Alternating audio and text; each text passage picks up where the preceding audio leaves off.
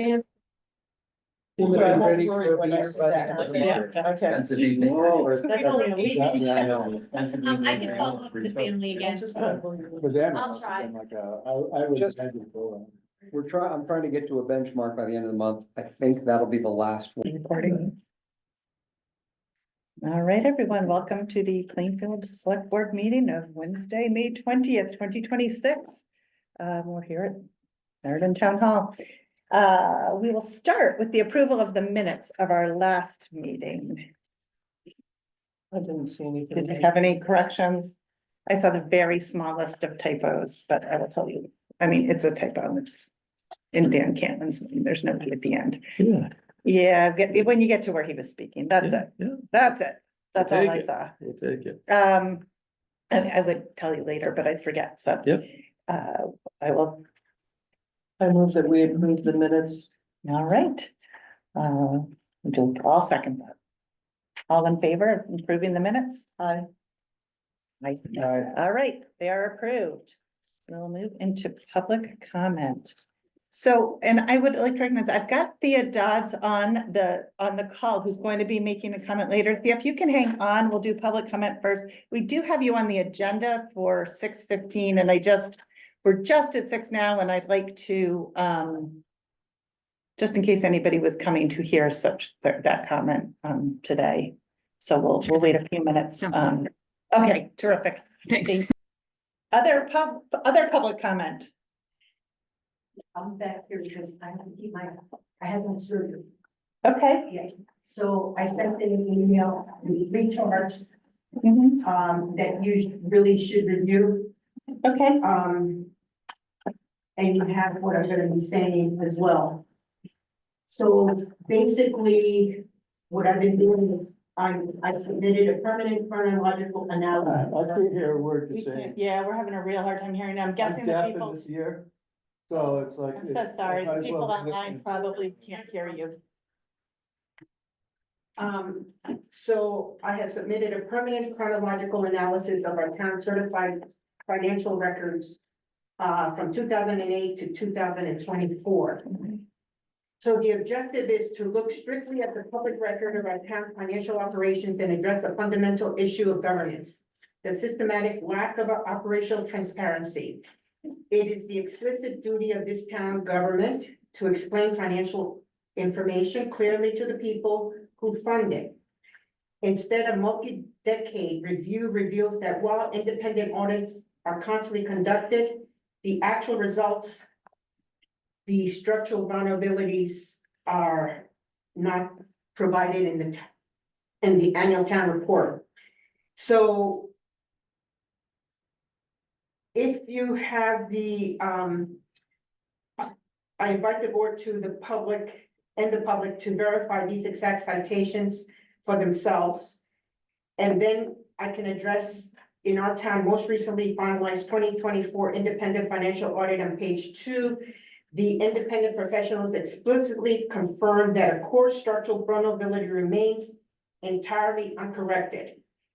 An inadequate segregation of duties across cash reconciliations and tax revenue accounting continues to actively exist. Our tax office has now confirmed that the physical on-site fieldwork verifying our multi-million-dollar municipal accounts relies on a rotating junior staff accountants who are not licensed CPAs. And they spend a mere 2 to 3 days on site. And then if you turn to page 104 of the public 2024 town report, the administration completely hides these severe internal control risks from the voting public. And the same applies, it's basically the same vulnerabilities, deficiencies from 2024, and it goes on for, on the list that I have there, you'll get to see all that. And on the email, I actually typed quite a few questions there. So if the taxpayer. You've typed questions for the select board to respond? Yeah, I have like 6 questions. Oh, well, I haven't seen this document Yeah, yet. no, I You sent it while I understand. was at work again. So, I've yeah. been typing Mhm. with one finger. Okay. And it's really difficult. As our chief fiduciary officers, we must place these 7 direct diplomatic challenges onto the record tonight and request formal written responses. So the question is, can this board point to the exact dates, pages, or sections within the public select board meetings, the meeting minutes? I don't know if you ever, like, you're new to the board or No, just, go on. okay, so, were they ever discussed in a selectman meeting? And were they, you know, do you meet with, the auditors? So do they have a one-on-one interaction with you to let you know what you don't understand from the report? So was it the explicit intention of this administrator to simply append these critical professional warnings to the back of the annual reports and rely entirely on individual taxpayers to find, decode, and analyze the audits for themselves? Why were the detailed internal control deficiency letters for the entire 6-year period from 2014 to 2019 completely omitted from the published text of our town annual reports? Did the members of this select board ever formally meet face to face with the independent auditors for them to explain these multi-decade cash handling vulnerabilities or the active oversight of these expensive audits been entirely delegated to the town administrator? Given that our internal town offices lack the proper segregation of duties, what independent written interim protocols has this board personally established to safeguard our public funds between annual audit cycles? And then when the upcoming 2025, I just asked, and they said it takes a whole year for them, they come in for 3 days in January, and then it takes them a whole year to send you the report? Is that correct? That's what Sarah just told me. Sarah would have the information. Well, I don't know. We I don't- yeah, typically it does typically take get a- the audit in late May or early Right. June. I Yeah, think it does right not now- take a So year. I think, Because the reps, I think the piece they're waiting for now is the legal opinion from Barry Schuster on whether or not there are any cases pending against the Okay. town. And so once that gets received, Barry has it, they bind the book and send it out. Okay. But the position of our audit is unqualified. that's That, correct. that we fair, that our, that audit, the documents that we give them fairly represent the financial position of the town as of December 31st of any of those years. Correct. In any audit, you will find some recommendations. And would they like us to have more staff in the town office? That would make them happy. I don't think it would make the taxpayers happy. That's right. Yeah, but the protocols. So go You on, still have Maria. the We're not same gonna thing. actually have this debate today. We're just listening to your public Yeah. comment right now. So, and then the last question is, when the upcoming 2025 independent financial audit is received by this town office, what specific binding written policy changes will this board implement to finally correct these multi-decade vulnerabilities? Or is it your explicit intention to keep the exam same status? And that's basically, you know. And just, So the only thing I would email wanna says- add, Amy, is Yes. just in terms of our process. Yeah. So that the record is clear Yes. on what our process is that we are. Everybody knows we're a traditional town meeting, you're trying to get ready for town meeting, trying to get an annual report out. So we are number one on their list because we have been such a long client with Plodzik and Sanderson. So they come as early as any auditors could come. They come around the 9th of January, when our December 31st is the end of our fiscal year. They do their field work so that they can get me the critical schedules, which show unassigned fund balance back, which we have published in the annual report. Then every year, as we say in the town report, as soon as the audit arrives, we post it on our web Correct. completely with management level letters and representation. So there is nothing hidden from the public. They're all posted on our website. That is correct. I and just we are- got to it within one click. And So- we are fully aware of the deficiencies that every small town in New England has because of staffing levels. I mean, how many people do you want in the town office? And so those are what's related. And But those are some discussions we're having right now as a select board, as Absolutely. as But you what's in, head towards retirement, right? what is So- critical for that's fine. people to know is that the taxpayers' money has been properly accounted for as represented in that audit. And those numbers have been found by a CPA to be correct. That's right. End of discussion. And as far as transparency goes, these are available to everybody. Yeah, there's From our 10, website 15 and year, the- however many Yeah. years of audits They we've do got. not understand it. They Well, can see it. How else can I tell them? If it's on the Yeah. website, I don't know how else to let people know that. Yeah, but do But you have, that's you don't have, you don't discuss it here? We When, vote on uh, it. when We, the, we, uh, don't we, but the select board votes to Yeah, accept the we audit. receive the audit. Yeah, every year. absolutely, every year.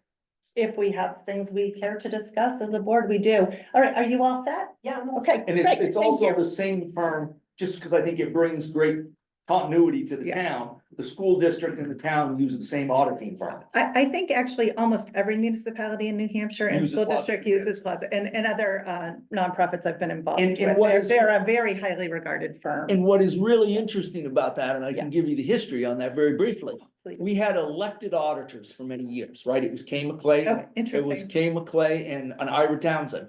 And we, the staff in the town office, went to the selectmen and said, we would like an article on the warrant, and this is part of the record, to have a professional audit, because elected auditors know less than we do, and we're looking for somebody that knows more than we do. And the numbers were getting large. For 2 town meetings in a row, town meeting defeated that article and said, we trust you, you're Yeah. good, don't worry about it, we got elected auditors, we're good. The 3rd year, we asked the selectmen to not put it on the warrant, but to just budget it. Yeah. And it's been in our budget, and Plaza and Sanderson has helped us greatly. Yeah. But they are the real deal, Yeah. and they have done this job for the town of Plainfield for over 20 years now. And they've done it throughout New Hampshire, I think, Right. the nineteen I mean, seventies. Steve Plaza was So- was the founding father of many of this stuff. I mean, and so it is what it is, but when the town of Plainfield does an audit, it is unqualified. That's correct. All right, other public comment? Hearing none. I think we're close enough to 6:15. I'd love to recognize Thea. We'll move on before we get to our department reports. As enjoyable as I find them, Thea may have other things to do with her evening. Thank you. Welcome. Hi, I'm Thea. I work for New Hampshire Electric Co-op. And in 2020, you might have heard the co-op started a fiber internet company called NH Broadband. And so we just opened our services in your area in January, it looks like.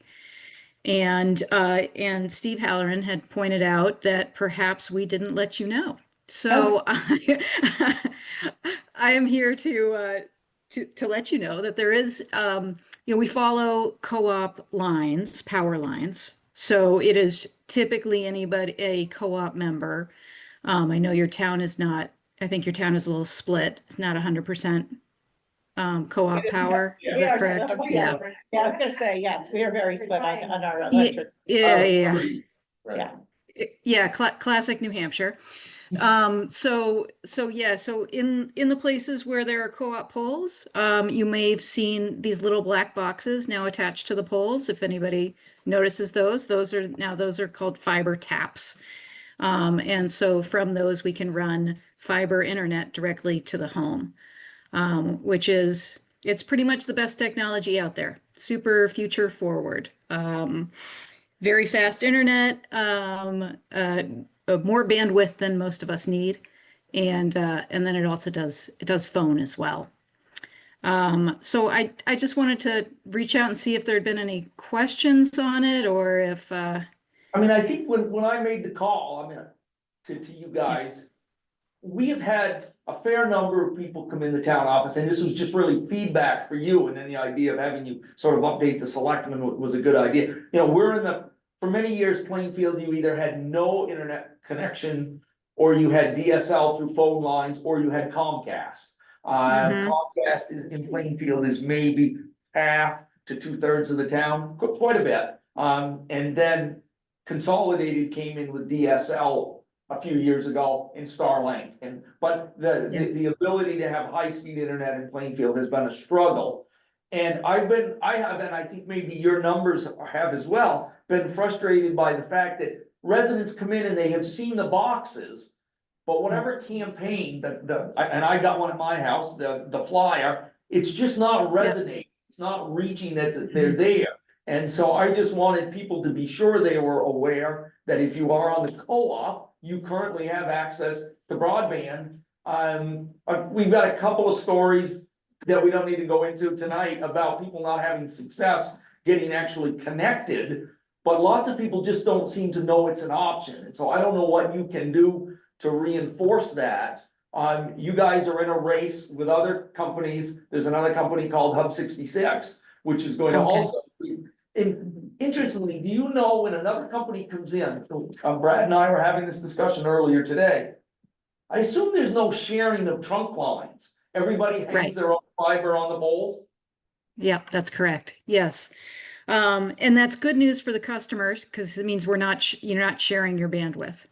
Right, so that's good, but yes, and typically, I mean, the way it's supposed to work is there should just be one fiber provider coming per household, but obviously it's not a perfect system. And so sometimes there's some overlap there. But physically, how can that happen? If you're running your fiber on your New Hampshire Electric Co-op poles. Yeah, Like yeah, so Liberty, using your yeah, so pole to get to another customer. right, so they would, yeah, they rent space on the poles, so it's just another communication line Okay. on the pole, right? So it is But we possible, work closely with Hub 66 Yeah. in coordinating because nobody wants to overbuild, right? Well, That's that's in what I'm nobody's wondering, interest. whether that was potentially possible, that you could have 3 vendors think it was worthwhile to bring their own fiber to your doorstep, hoping you'd sign up. And is that what we're I gonna mean, see? it's as a resident, that would be a great problem to have because they would all be competing on price. So, but as a provider, no, that's Cables on definitely the not what poles, anybody which wants to starts do. look Not so good. My question was like, at some point, there's just way too much capacity sitting on the pole, right? And so is that what we are to expect? Because Hub 66 says they're on their way and they're, on the border coming north. But they don't own any poles, so they're on somebody else's poles, Liberty, and there's Right. Fidium and some other vendors that are floating around. And I'm just curious what to expect. Yeah, I don't really know their build plan closely enough. I mean, I can find that out because we do work with them with Hub 66. But typically, so they're going to be, I mean, if we've come to all the co-op members, we're on the co-op polls. Hub 66 might come through like on the Eversource or the Liberty polls, something like that. That's typically how it's getting split up. But there's a lot of variation in that. For co-op poles, Well, you're saying. hold on, sorry, just spruce up Yeah, the yeah. fact sheet. Right now on Stage Road, there's potential to have 5 to 7 companies on a pole. So you got the power line up top, your internet, because it's your pole that runs along Stage Road between Hell Hollow and Singing Hills. Yeah. You got the phone line, whether it's TDS or Consolidated. You got Xfinity already going across there. Hub 66 is going across already. So you have 5 to 7 different companies that you might look up at a pole and try to decipher when the tree is only on one line, what Who to company call. that is. Right. The other day on River Road, we determined it was a phone company, Consolidated, they weren't coming, so we cut the line and it's still dangling from the pole 2 weeks later because no one arrived. I'm assuming your fiber lines, you don't want us to cut with an axe to get it out of the road. It's a little more Definitely problematic not. with that. So from the emergency standpoint, it's difficult for us to look up at a pole and figure out, well, whose company line is that? It's easy to tell if it's a power line because we're used to seeing those, but once it gets down to the lower ones, it's a little problematic. So you're knowing that yours are the black boxes on the poles, we could trace it back to a black box that probably has an insignia on it. I actually have a question for you about, so we're building out some of our GIS data. And I would love to have utility maps that show who's on what road. And that would cover any utility, whether it's phone, electricity, or fiber. So I Is that got the at all map. possible to share that data? Possibly, I'll ask. I mean, we do have GIS maps of everything. So I can certainly ask. And So Brad, I have every home in Plainfield listed as who the power company is. On paper. Yes. Yeah. That's great. Yeah, And so on I- Excel sheet we carry in all the trucks, you look up an address, you say, oh, this is the power company. And if that works for you, that's great. I'm. He's looking for a that. map You wanna is put it gonna into be the more GIS. problem. I want to use These it maps, you and don't know keep what it company. live so that it's naturally accurate and not have to worry about updating my paper, but I'm not trying to infringe on anybody's. It'll be of no system. help to the fire department. And that's fine, that wasn't driving me. Do And I you know UNH was doing a lot of mapping too, specifically for broadband. So that might be another resource that I can dig up and try and send that way, because I think there was at least at one point, we were sending all of our information to them Right. and they were compiling it. Okay, And then also as far as tracing our lines, our communication lines are always at the top. So that top line, that's Oh, yeah. ours, if that helps at all too. It does help. Yeah, Do you know, I mean, I think in Plainfield, you have maybe 280, 300 customers, something of Yes. that nature. I'm just looking on the outage map, but it doesn't show it unless we're out. And right now, we're all on. Do you have a sense as to if you're getting the penetration for New Hampshire broadband that you'd hoped for? Specifically in Plainfield? Yes. I don't know that offhand, but that's certainly something I could find out if you were interested. And then I would also, I mean, if you have any ideas or suggestions or events of things that we should do to better get the word out, we're always open to that. Towns where we don't have a huge presence, it is a little bit difficult. And then I'll also say NH Broadband tends to not have a lot of brand recognition. People, even if people know what the co-op is, they don't know what NH Broadband is. So that's been, that is a challenge, right, for all providers right now, I think. okay. Do you happen to have an emergency contact number? I'm Eric Gutzel, the chief of police, and when we go out there for lines down, like after hours, middle of the night, early morning, nobody's responding. Is there like a law enforcement or first responder phone number you have to contact? I can get that for you. And then so is there a way I can get some contact information to follow up with people from the meeting here? Yeah, I Yeah, will send you, absolutely. I'll send you an email tomorrow that will have, Okay, so, I'll include other folks in it and our questions. that would be perfect. Excellent, because I do want to get you whatever information that you New need. Hampshire Electric Co-op, that's who Oh, she's calling Same from. one? Oh, Or that's okay. who she's talking to. And if you have, as I say, if there is a program or a plan to promote the broadband more than just the postcard that came in the mail, I would encourage you to do, I mean, literally, people come into the office and ask, what is that box on the pole? I mean, meaning they don't know, they Yes. haven't got an option, and I think the pricing is pretty competitive, the speed is very competitive. And I think it's a shame if there's a service on the pole that our residents don't know is available to them through their own lack of reading their mail or sorting it at the curb or whatever they do. But I think there is a real issue in Plainfield that people don't know it's live and active and can be subscribed to. And the Yeah. people that have switched to it are really happy with it over Yeah. Xfinity, so kudos to you. Oh, that's good. That's great. It is great service. I'm on it right now at my home. So I I don't know how many people are reading those, but yeah. I am a co-op member and use NH Broadband too. It is truly great service. Do you guys have do you have a town newsletter or an old home day or any kind of anything that would maybe help us? And I Dan Cornish Connect, I think Yeah. people. But if you've got and obviously in Cornish, you also have a bunch of customers. So there's this, I can send you the link to this thing called Cornish Connect. But if you sent me a PDF or a photo or something of the literature, we can get it posted on our social media that it's now up and Okay, operating.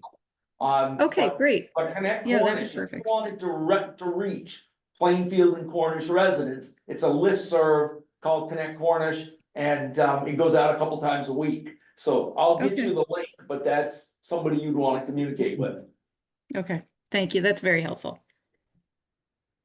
Yeah, I think posting at the libraries. I as was just well. gonna say, Right, got yeah. green space at the Main libraries. Street with the libraries and, Could be a great- even just a flyer on their bulletin board would be good for people to know. Yeah, I mean, I have to do my submissions for plain facts. If I can get something, I can get that in for next month. Senior luncheon. Senior luncheon. Luncheon, that's tomorrow. I can do it. Yeah, at the senior luncheon. Okay. That is a well attended Anybody event. wanna make a road trip to a senior luncheon? Have fun. There's lunch, yeah, all right. All right. Anything else? we should- Wonderful. No. No, that's it. Anybody can just check availability at nhbroadband.com. Just, you can check your address to see if it's available. Terrific, well, thank you for coming by, Great. let us know. All right, And do thank you you. know, All right. when you say that, at this point, should all Yeah. of Plainfield and Cornish be available? Co-op members. Yeah. Yes, Yeah. So, yeah. yeah, So if you are as a New far- Hampshire Electric Co-op member in Plainfield or Cornish, it should be live. should be. Um, yeah, I mean, that's what, use the check availability tool that's the best way to see each exact address. And I only say that because sometimes there's some ins and outs of, technical details that we don't always anticipate that makes it difficult to serve everybody. Yeah. But that online tool is pretty accurate. Super. Excellent. Terrific. Thank you. All Thank you. right, thank you. Thank you. Take care. Right. We'll move on to department reports, and we always end with Brad. We're gonna start with Brad tonight, unless there's someone who like has to. No, okay, Brad. Okay, facilities, some have noticed that the highway roof project is progressing rapidly. Yeah. Hot up there. It is hot up there. I do sympathize with the guys. Yeah, so the end of last week, they did the chimney repair and the metal trim was replaced, and then this week they've been focused on roofing. They lost a day on the rain back over the weekend, Friday and Monday, I think. But anyway, I expect they will finish this week and we're waiting to do a final inspection and have them a check. That's So awesome. it's- Looks great. It's looking That good. really is, that feels, Amazing. Yeah. Yeah. And so then the Meriden Town Hall. And I think the key to it, other than the roof covering looks nice and the trim board and all of that. But we really have made some significant improvements to the structure. Yes. Which should serve the town, stuff that nobody will ever see. And if you find yourself in the attic of the highway garage, something is terribly wrong in your life. But we've done some work there that I think will serve our town very, very well for many years to come. yeah, I would agree. yeah, terrific. Meriden Town Hall painting project, we've got the materials on hand. Marshall thinks he's gonna start mid-June, so a couple Great. weeks. Meriden Library Roof Solar Project, that's going very quickly. The rails are all on and all the materials are in except for a couple missing bolts. But the electricians was there today, probably there again tomorrow. Panel raising is happening on the weekend, and so that project's gonna finish early next week. The solar on the The solar on the library Meriden is gonna Library. finish? Yeah, Well, the utility company, I have not seen the paperwork that Okay. says they've done But- their upgrade. But our We're end, moving. the project end on the building is gonna be wrapped up very Well, quickly. this is Nice. fantastic, and you spend so much time, like, I know just the planning is just so long, and so it must feel good to have these things like. Yes, it is, and On to the have them go. happening, but also Yeah. finishing, Yep. even better. And when you're complete with that, you can just have at least Bill and I over to show us any emergency shut-offs or anything we need to know on the fire side. Yes, although there's great big letters. I know, it's all part of Good it. to see it, right? Staying up to Actually, date. that's actually really good. We will do a functional walkthrough and make sure you're in that meeting. That's a good idea. Let's see. Plainfield Fire Station had a small water leak, Bruce let me know about, and it damaged some drywall, but he did some cutback, I finished it, and we're waiting for it to dry so we can. Only 30 or 40 gallons. Yeah, That's some shop vac full. well, that was what was left on the floor, well, it's got stuck up into the wall. Anyway, Yeah, we'll get that fixed and tidied up. So, it was a project that just sort of was unexpected and is coming along fine. The IT phone project is doing well. We met Tuesday with Key Communications. They're in the process of giving us 2 proposals for 2 slightly different paths to move forward on our phone systems. And this is because we'll be leaving Comcast, which has our phones. Right. And so one option is to go back to TDS with our hardwired phones.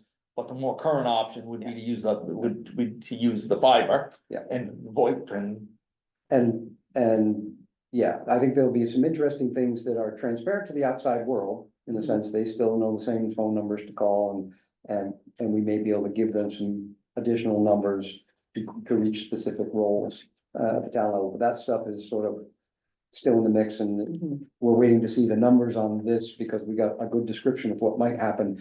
And now we're gonna get the numbers for what it would take to make that happen. one of the things one option that would be really nice are for people who work for the town, but are not all the time on the town. They don't really want to give out their own cell number.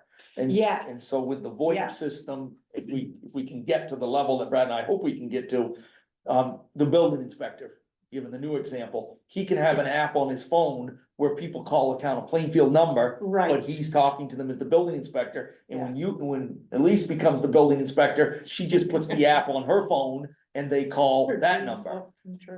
And so that I think will solve the problem, cause you know, Jamie said he's got a Simple Energy phone in his own phone, he doesn't really want to. no, and I completely get that, nor does he Yeah, need people yeah, calling right. his. And in this day and personal- age, it just isn't needed. Right. So That's it can be fantastic. transparent Absolutely. and people can reach the people they're after. Yeah. And so I'm really, That's really great. excited I about mean, some if of the we options. succeed by the end of the year in cutting Comcast out, they're done in Plainfield, I mean, it's like 20 grand a year, 18 grand a year. Yeah, we can that's, send to Comcast. that's fantastic. And then, but there'll be something for phone. Of course, And there'll it be won't. something for, but it is a chance to, you know, if, we're gonna have to bite the bullet, upgrade the phones and bite the bullet and upgrade the computers. As part of these sort of normal progressions of things, but the results will be very positive for the town when we're done. And then with, you talked about switching the town to a .gov versus a .org. Right. Oh, That's So right. that email That's- addresses would switch to .gov. Yes, the old email addresses will work until they don't need to work anymore, Correct. but So the Jamie and I both talked about getting a Right. town email versus my builder. Yep, and everything will be .gov, that's right. But there's no sense in doing anything now, we'll wait till that happens. Yeah, no, in fact, I just pushed them a little this afternoon because I hadn't heard in a few weeks. We're waiting for their proposal. They've done the assessment of Plainfield now. Now they tell us what they think it costs. The federal government pays for the first 3 years, but we need to be aware that we pay for it after that. Right. So, And we already, so part of what that we get through that grant that was doing the review of our IT vulnerability assessment. They do 3 years of consulting for us, so they will look at our IT plan as it evolves. And we will get them to give the nod and say, yes, that's, we know because it's being driven by that, but we'll get that official review that says, yes, these are all smart, responsible moves. You will be a more secure environment, moving forward and, you know, so we'll get their blessing as part of this review process. and this addresses, you know, one of the annual things that Logic says in their audit is stronger IT things. Primex, who pays the prime, who pays the claims for. Yes. For any, you know, internet related crime. They're actually the ones who are essentially forcing their towns to do the .govs, Yeah. right? Because we gotta pay the bill. Yeah. You don't even have a cost, but we want you to do this. Yeah. And so you know, we're all doing it. and then- It's really, it's a good thing.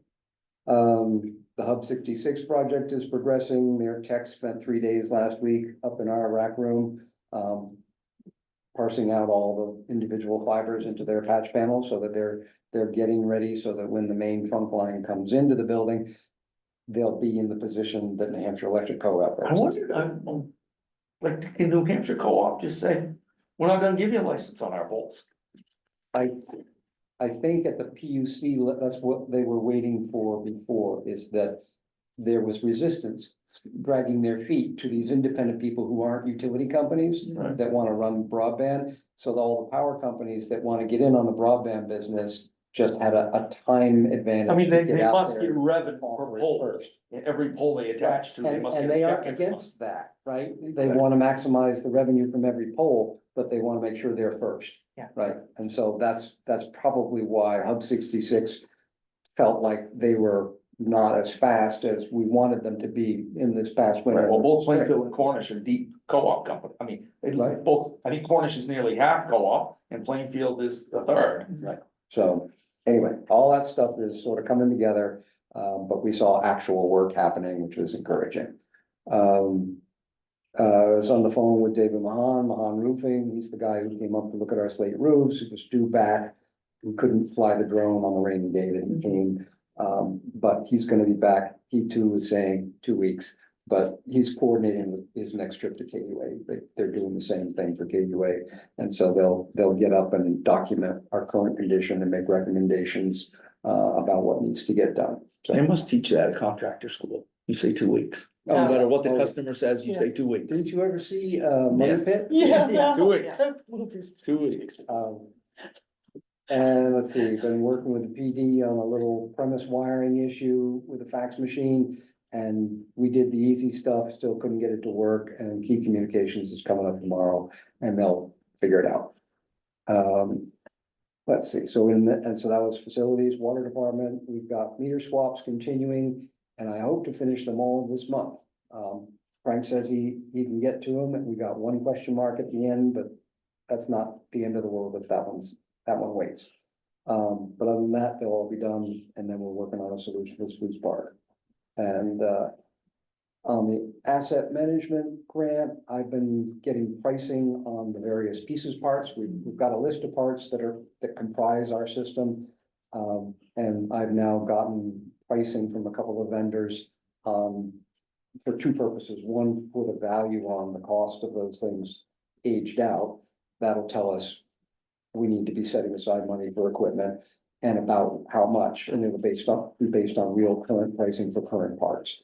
And then the second reason to do that is we want to build inventory for emergency repairs. So right now we have a few key pieces, but if something beyond those few key pieces blows, we're scrambling, and usually we find pretty good availability.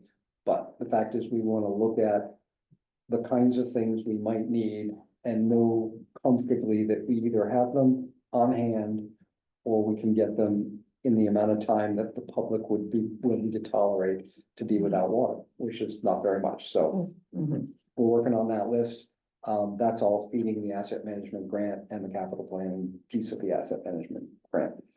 The sustainability grant, we got an updated proposal from Dufresne Group because of the time lag between when they made the original proposal and when it got accepted by governor and council.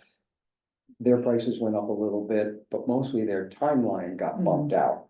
And so they were saying they might not finish until a year from now, which is fine for the grant, but I was hoping to be building whatever they told us was needed next summer, which means we have to be knowing we've got money, which means I have to have the results of their study in time to apply for the next round of funding. So talk to Steve.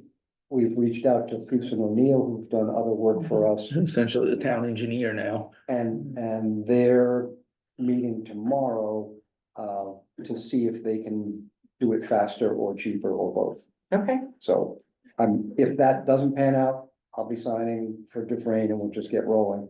But it felt like, boy, if we could get back on the time. You know, we have Dan Monette, who lives in Cornish, is our town engineer essentially. But what I didn't realize, and Brad found out through his work on this project, they're just as big as Dufresne Henry. I mean, they have all these different divisions. They have a water division, they have, civil engineering division, but they also have all the same overhead costs that Dufresne Henry has. And so it's. So, we put our cards on the table and they said, we'll talk about it, we'll let you know. If we don't think we can do it, we're not gonna waste anybody's time, but if we're interested or we wanna be a good neighbor, maybe we'll work something out. So that's where we are on that one.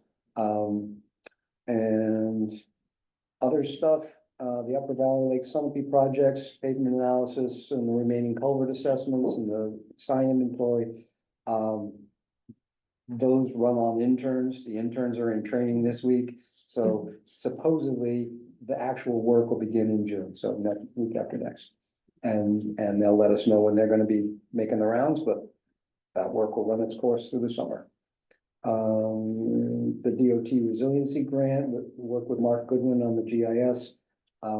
We're close, but not quite ready to stand up this tool that will let us prioritize infrastructure based on a bunch of criteria that we brought together from a bunch of different sources to say, if you only have so many dollars, where are your most vulnerable assets? And what can you do with the dollars that you got that brings the most value to the community? And it's bringing together stuff from a couple of years ago, the SAID's culvert analysis, the water crossing analysis, flood maps, utility layouts, and a road network that says things like, if it's a cul-de-sac, it's potentially more vulnerable than something that has 2 or 3 ways out. And then on top of that, the other little thing, which we don't have a list yet because we haven't been ready to accept it, is the vulnerable citizen list that says, okay, if you have a culvert at the end of a cul-de-sac with two vulnerable citizens, that culvert probably ought to get the attention if you had free money, you know, Yeah. available money. It's all just a way of saying, you know, we're gonna do whatever we can do with whatever money we've got. How do we decide what goes into the mix to make those decisions? And we're just trying to bring data to those decisions. So that one is progressing. I've got a meeting with Mark tomorrow to go over a bunch of stuff. The last stuff we're doing was just getting the address. Some oddities resolved about. We seem to have 3 addresses at this spot. Is that which one are valid and what's the right thing? Then the second piece of the DOT resiliency grant is the River Road embankment, and I just found out that 6-9 is next, they're. Right, and then there's this group that keeps dangling the potential for money for that slide before it slides. And so the group that's gonna look at that, at least consider that, is coming on June 9th. There is an engineering group that Upper Valley Lake Sunapee is doing a bunch of community things with, so it's sort of like herding cats. They're trying to pick a day that Steve or I or somebody can be with them to go look at River Road, but it's when the engineers are in town. The name is Beta Group, I think, is the engineering group, but anyway, like Steve said, maybe we get a planting plan out of it, a recommendation for native species. Right, I don't think these people are about moving the road, these people are about slowing down the inevitable. Slowing down is probably the right. Although I did look at that road segment and there is land, you know, if you could talk to Weir. Oh, then they'd be very happy, I mean, Rich and I have talked about Oh, it, yeah. there's some grade issues there. Yeah, no, it's a bit of a challenge, there's some trees and stuff, but it's not, Right, it's not impossible, and with the Weirs at their stage of life, this might be a great. yeah, no, and they've been very interested in that problem for Yeah. years, so I think they would be. We also have on June 2nd, FEMA will be in town, Dan Monette's gonna join us. It's the kickoff meeting of the Grantham Mountain Bridge. Okay, replacement. excellent. Doesn't necessarily mean we're replacing the bridge anytime soon, But but apparently one FEMA box that has to be checked is these people have to, literally, some of them driving from hundreds of miles to come to take pictures and see the bridge and agree that it is a culvert that needs to be replaced. Your taxpayer dollars. And- We want a good storm the day before, so. Right. So those two, pictures of the last. those two meetings, Okay. those two are in early June, and we got it covered. We're good. And that's it. Thank you. Bunch of little other Thanks. things, but that's it. Big stuff. Excellent. Chief. that's all. Well, since the last meeting, we have had 5 callouts, which are callouts after hours. We've had 4 motor vehicle crashes, 2 rollovers, one on Route 20 and Bean Road and the other one on River Road with injuries, one being serious injuries. One, the individual needed to have a hip surgery and broken back and. Wow. One crash ended with a DUI. One car versus deer on Stage Road. We continue to adjust our schedules to provide presence during morning and afternoon traffic. We still can't nail down those motorcycles that are on 12A. And the problem is if we do attempt to stop them, they're not gonna stop, they're gonna run. Oh. So, We got a couple of motorcycles that just come through regularly. And they're either, I mean, my guess is their speed is excessive, and they also have exhausts that are Super loud. crazy excessive. And that's harder for him, Yeah. because the speed he can document, sounds loud is harder. But they're just, they've been a nuisance for a couple of years, eventually we'll catch them. but we're working on a case, New Hampshire State Police is doing a warrant for an individual. By looking on their Instagram accounts and whatever, and we've had 2 different bikes take off on starting DePietro. And we're working with state police and hopefully we're going to be able, through our information, get a warrant and. Turns out on social media, it's not a good idea to say you were doing 120 on Route 120 or whatever it happens to be. It's not a good plan. I didn't know not stopping for the police was an option. Yeah, that's This is all not news to me, another yeah. not good idea. We have a new copier. Our old copier was costing us about over $800 a year. in Their old maintenance. copier was our old copier, You're right. so it was a very old copier. We went with the same company Xerox so that if there's repairs, they can do one-stop Yeah. shopping. We're still getting it worked out. That's why we have the fax line going. And right now, we have Mike Cartel working on trying to get us to be able to scan to our emails. So it's a smaller footprint, because we have a small space over there, so it's on a table, so once it gets hooked up, it'll be good to go. Our new. The other one is just slightly smaller than a box car. Here, PD, we have a very good deal for you. Let us give you this copier. Okay, served this purpose. Yeah, no, it made good copy for many years. Our new modems are in and we'll be contacting installer to have them installed. We'll also be talking with the same installer because they're the ones that installed our cruiser laptop docking stations. I guess there's been some issues with that, so now we can actually corner them and be like, you need to fix this. So. May 28th, we have a lockdown drill at the elementary school. That came about as we did the tabletop exercise and there were some questions. So we're actually gonna do a lockdown drill on that day to see how staff and students respond to if they follow their protocol.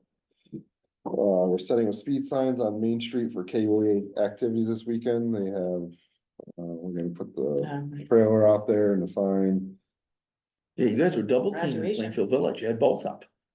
Well, we had a request Yeah, this this morning, cause Estherbrook School was doing some math stuff. And they requested that our speed sign be put out there, cause the kids were using it to do a lesson. So, Oh, that's good fun. Nice. Oh, that's good fun. we continue to purge our property room and organize. I went through. One of the cabinets yesterday, and I don't understand why the police department has like 30 boxes of bird shot and clay shot. I don't. It's not something that a police department would have, so. And I think often what happens is when somebody passes Oh, or, no, this is you know, they stuff bring, that was in oh, a case. they bought it. Sealed and. Cause we've yeah. had residents come in and say, can you, here, police, Yeah, can you take right. these bullets? But yes, probably you're not shooting at the club clay pigeons is what you're saying. Yeah, no. So that's going well, getting that all cleaned up and organized. It's just a process, especially with, reports. There's so many file cabinets in there where arrests have to be kept forever, but other stuff has to be purged. So anything like prior to 10 years old can just go, but it's just a process. There's paper everywhere, so. You need to get the shred truck here. Oh, with It's got the, it, it's got the monthly shred. yeah. We attended the bike rodeo on Sunday. That was canceled from the previous weekend due to rain. We gave out 12 bike helmets. And the bike helmets were donated by the Brain Injury Association of New Hampshire. So that's another thing, we're clearing out our storage of all that stuff, so. But that's all I have for my report today. Great, and you're feeling better. Yeah, it's still lingering 2 weeks, so it's still hanging on, but it's horrible. Right, so Rich, first of all, can I just say, this was awesome. I loved your report, the written stuff. Yeah, it was excellent. That was excellent. Yeah, like really good. I mean, yeah. Well, I don't tell you everything, there's so much other things I can. No, I understand that. Yeah. Things in there that we do. I totally get that, but boy, I was like, this is detailed. Just about the right amount of detail. Yeah. I don't Take get too much, but not too little. Right. Take it, Rich, and run with it. Oh, I'm just saying, wow. Yeah. Gave me a Every nice month, insight to. Well, your every day. month I'll just give you Yeah, one at the end of every month. it's appreciated, really. I think it's helpful. That way you kind of get a general idea of what we actually really do. Yeah. But anyhow. Well, thank you. So we dug some holes for down at the Stage Road ballpark there, they put some trees in for long acres. So grading, I got on Camp Road, Hopkins, Bean Road, Gleason, Grantham, Red Hill, Marsh Hill, and Stone River Road. That's where we're at now. And I did also Whitaker and Underhill. Did all those, and we rolled. I didn't get a chance to get the roll until a little bit later, but we've been rolling them as also. I think we started on Bean Road or something like that was our first one we started on. Cause we couldn't get the roll until when they had one available. So ditching, we're working on roadside ditching, we did some up on Kobe. We did some out on, what else have we done, some hedgehog, did some on hedgehog. And we did, what else have we done? You gotta be somewhere near Tallow Hill, cause you've been hauling up the. Yeah, the up on Kobe, we've been running them down there, I think we've done something out on the other side there too, cause. We haven't had a time finding places out on like the Old County area, there's nobody else here that takes it now. At least we haven't had anybody ask for it anyways. So they looked at a culvert that somebody ran over off the road, all it was, they didn't ruin the culvert, and he didn't hurt the culvert at all, just took the header off, so we gotta fix the header at some point. And we picked up some more logs that, the trees that fell down on River Road, we ended up picking up those. And then we picked up the one tree that fell down last winter down here on Thrasher Road, it was a pretty big good size one, to get that one picked up. Oh, that was that big, the That big big stump, one, the next big to B one. Clark's. Yeah, Well, I matter of fact, think he's it was thanking Clark. us here, he's thanking him. And then beavers, we cleaned out the one on Penniman. And then the one over in Hedgehog, we got that one cleaned out too. You mean the dams? The water dams, yeah, the beaver dams. Yes. The water- That's one of the Say clear no, ones. I like to clean the beavers out. There's some shot available. I haven't mentioned the carry gun, but I just. On No, on Hedgehog is the Beaver Deceiver. Yeah, right, I Aaron was gonna Brand's say, I famous. couldn't remember the It's the name of Beaver it. I will tell you right now, it's buried. But is it working out, I mean, is it working Yeah. at all, or they No, plugged it? they went over, they buried up the whole thing, bent it over, and then they built right on top of it, right down inside the shoulder. They'll tell you what. Oh, we gotta- No, but the guy from Lyme wants to know that, he loves to, We're already digging it out. no, but he loves to come and see how his product works. I have one going back and forth in my truck and all the time, called the birth of the beaver. She's working like crazy. When Rich pulled Hedgehog, about Yes. all that, he had a little bit of water to pull that. Yeah, he flooded my whole lower yard. Oh, Where's Hedgehog off of Old County Road? Yes, it's literally, you go in Old County and then you go right onto Hedgehog, and if you stayed with it, you'd come out on Center Town Well, I Road. didn't pull it all, I just pulled part of it, that was it. There's so much water there, I said, there's no way we're pulling all that right. Well, Rich, Put it down to- for decades, the Plainfield Road agent has been fighting the beaver wars. So That's it's, real on top of it right there. yeah, no, you gotta get, I mean, if we can put them to work, and I mean, the reality is they do incredible work. Right? They create marshes and, and Oh my gosh. That's your backyard right now? that's after Plainfield. I got the scan. You did? Yeah. Oh, so your email's working now. I think you have to put it in the subject. Brooke's like, I'm not coming in there. I don't want to interrupt. No, I can. No, no, we're good. Okay. All these people around her. You're all set. Right, we have, That's it. we have now, Rich is in the process of getting quotes for paving. Oh, yeah. And we've gotten, the plan, the big road. Hard to imagine, but it is time. Baines Road, Yes. Baines Road has got some, it's cracking, but I think to give Jeff Albright credit, Jeff would say now's the time to save it. You haven't lost it. Yeah. And so, that road is probably one of 2 or 3 of the best engineered roads in town, because it didn't exist in 1782. Right. I mean, Bob Dunning and the crew, they built that, and that tells us that the best we can get, even with brand new, is about 20 years, right? It was 3 inches of pavement. Someone the other day said, oh, yeah, you know, so-and-so, they live in the new development. I was like, Baines Road. Yeah. Right, yeah, no, it's, You're not gonna believe how old that is now. I know it feels new. I agree, but. I think the more controversial 2 roads that Rich would like to do, and I don't mean that it's a poor decision on Rich's part, it's just, is we have 2 stub roads that one has 1 house on it, Yeah. which is Whitney. 2. Are there 2 on Whitney? Whitney's serene. And then you have what we think of as, we address them as Stage Road, but it's actually locally called Thompson Cheese Road. It's the little road that is just before Stage Road hits 120. You go to the left. If you kept going over the dirt pile, there is a bridge abutments there, and that used to go out onto Bonner Road. And obviously Stage Road and 120 made it, so that didn't have to happen anymore. So we have 2 houses on that road. So these are short stretches, not big money roads, but they really serve essentially as driveways, but they are public roads. And so Rich's recommendation is that we pave them to deal with issues that he has for maintenance, and I'll let you talk about that, Rich. Yeah. But the board should know they have very low impact in terms of number of residents. I also feel like that's somewhat operational, right? Like, that is a decision. That we leave to Rich. I mean, we certainly can give you our opinion, Right. but, you know, I don't think. I mean, we it's wanna like, get too you in know, the when weeds. you have when you have a bridge that Decisions. serves a couple houses, you gotta serve the bridge, you gotta fix It's this. just the problem is when you plow it, you're just tearing up stuff, you know? And it's our road and we're responsible Correct. for it, And I and think you before it need gets to any plow. worse, why not fix it before it gets worse? So you can Are actually they bad plow it. enough to pull the pavement out before you Yes. pave? Yeah, I was gonna say that. That's what's coming. Well, That's what's because they're so small, you probably often just. Right, I mean, like Whitney's the old 12A. Let them go, right? You know, it's essentially Route 12A serving the existing houses that were on it before they It's moved not it. even 100 feet, yeah. They moved the road over. It also, we will look at what other projects we've got for the summer.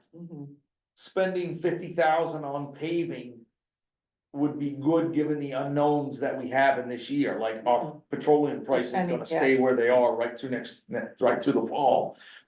Because we did not budget for $6 diesel, we budgeted for $3.50 diesel. And it's not $6 to the town, and it may not be $6 to anybody, but Yeah. it certainly has been close to 6.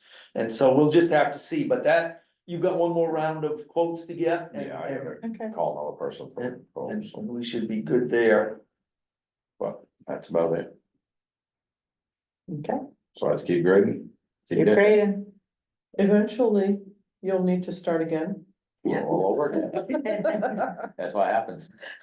And It's this, a vicious cycle. and is it fair to say, we came out of the hole a little slow, cause our old graders from Alabama and had to get used to New England. But that you continue to have a lot of confidence in the machine? Oh, absolutely, absolutely. Just need some seals or kits put in. You know, we've been fighting cylinders because we knew it had sat for a while. It is disintegrated, all this. But essentially, the transmission, the motor, the grader itself has like Great. 1,700 hours on it. I mean, That's great. it's a very new You're using machine. it and you're happy. Great. Every day I'm using it, so So does the town get to use red diesel, or do we have to use green diesel? really use green. Green. Which is the on-road stuff. Yeah, Yeah. you can't, It's you the cannot tax use red. stuff, yeah. Get red, we'll get fined. No, because back before municipal fire department, we used to put off-road in, so we were told we were, well, nonprofit municipal, we didn't have to pay the road tax. I mean, you know better than I. I haven't heard that yet, but. What do you, well, you probably have to put on road, you don't have tanks. But all- No, we take it from it now, but Right. we used to put the off-road in if we had a chance, because we were told we didn't have to pay But the tax. thing is, does the off-road have all the additives in it Right. that you need in the winter time? Oh, yeah, no, now we're using it for you, Well, no, what I'm saying is, but I get now, but that's the problem with the red is it don't have all those additives, so in the winter time, it gels up. Yep. And I don't wanna be chasing trucks. No, No. leave them right there side of the road. They wanna gel up, good place for them. Yeah. Right.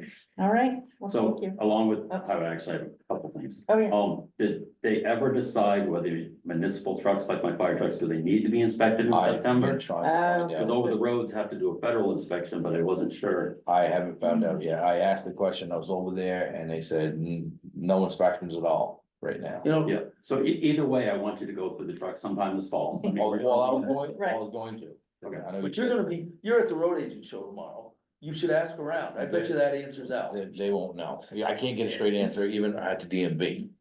I wonder if there's a cat. I'm serious. I asked them at the DMV. Well, I don't know yet. Okay. Yeah. Where's the road agent show? Ask Chris Conano. Oh, a mountain of demonstrations, usually the ski area. It is the son of your mountain. Oh, it's a, you know, it's a barbecue, big roll out all the new toys. It shows you all the new stuff that's out, but Yeah. it's really a wish list is what. I think it's commonly Well, it's referred to as a really sad. networking opportunity. Yeah. Excellent.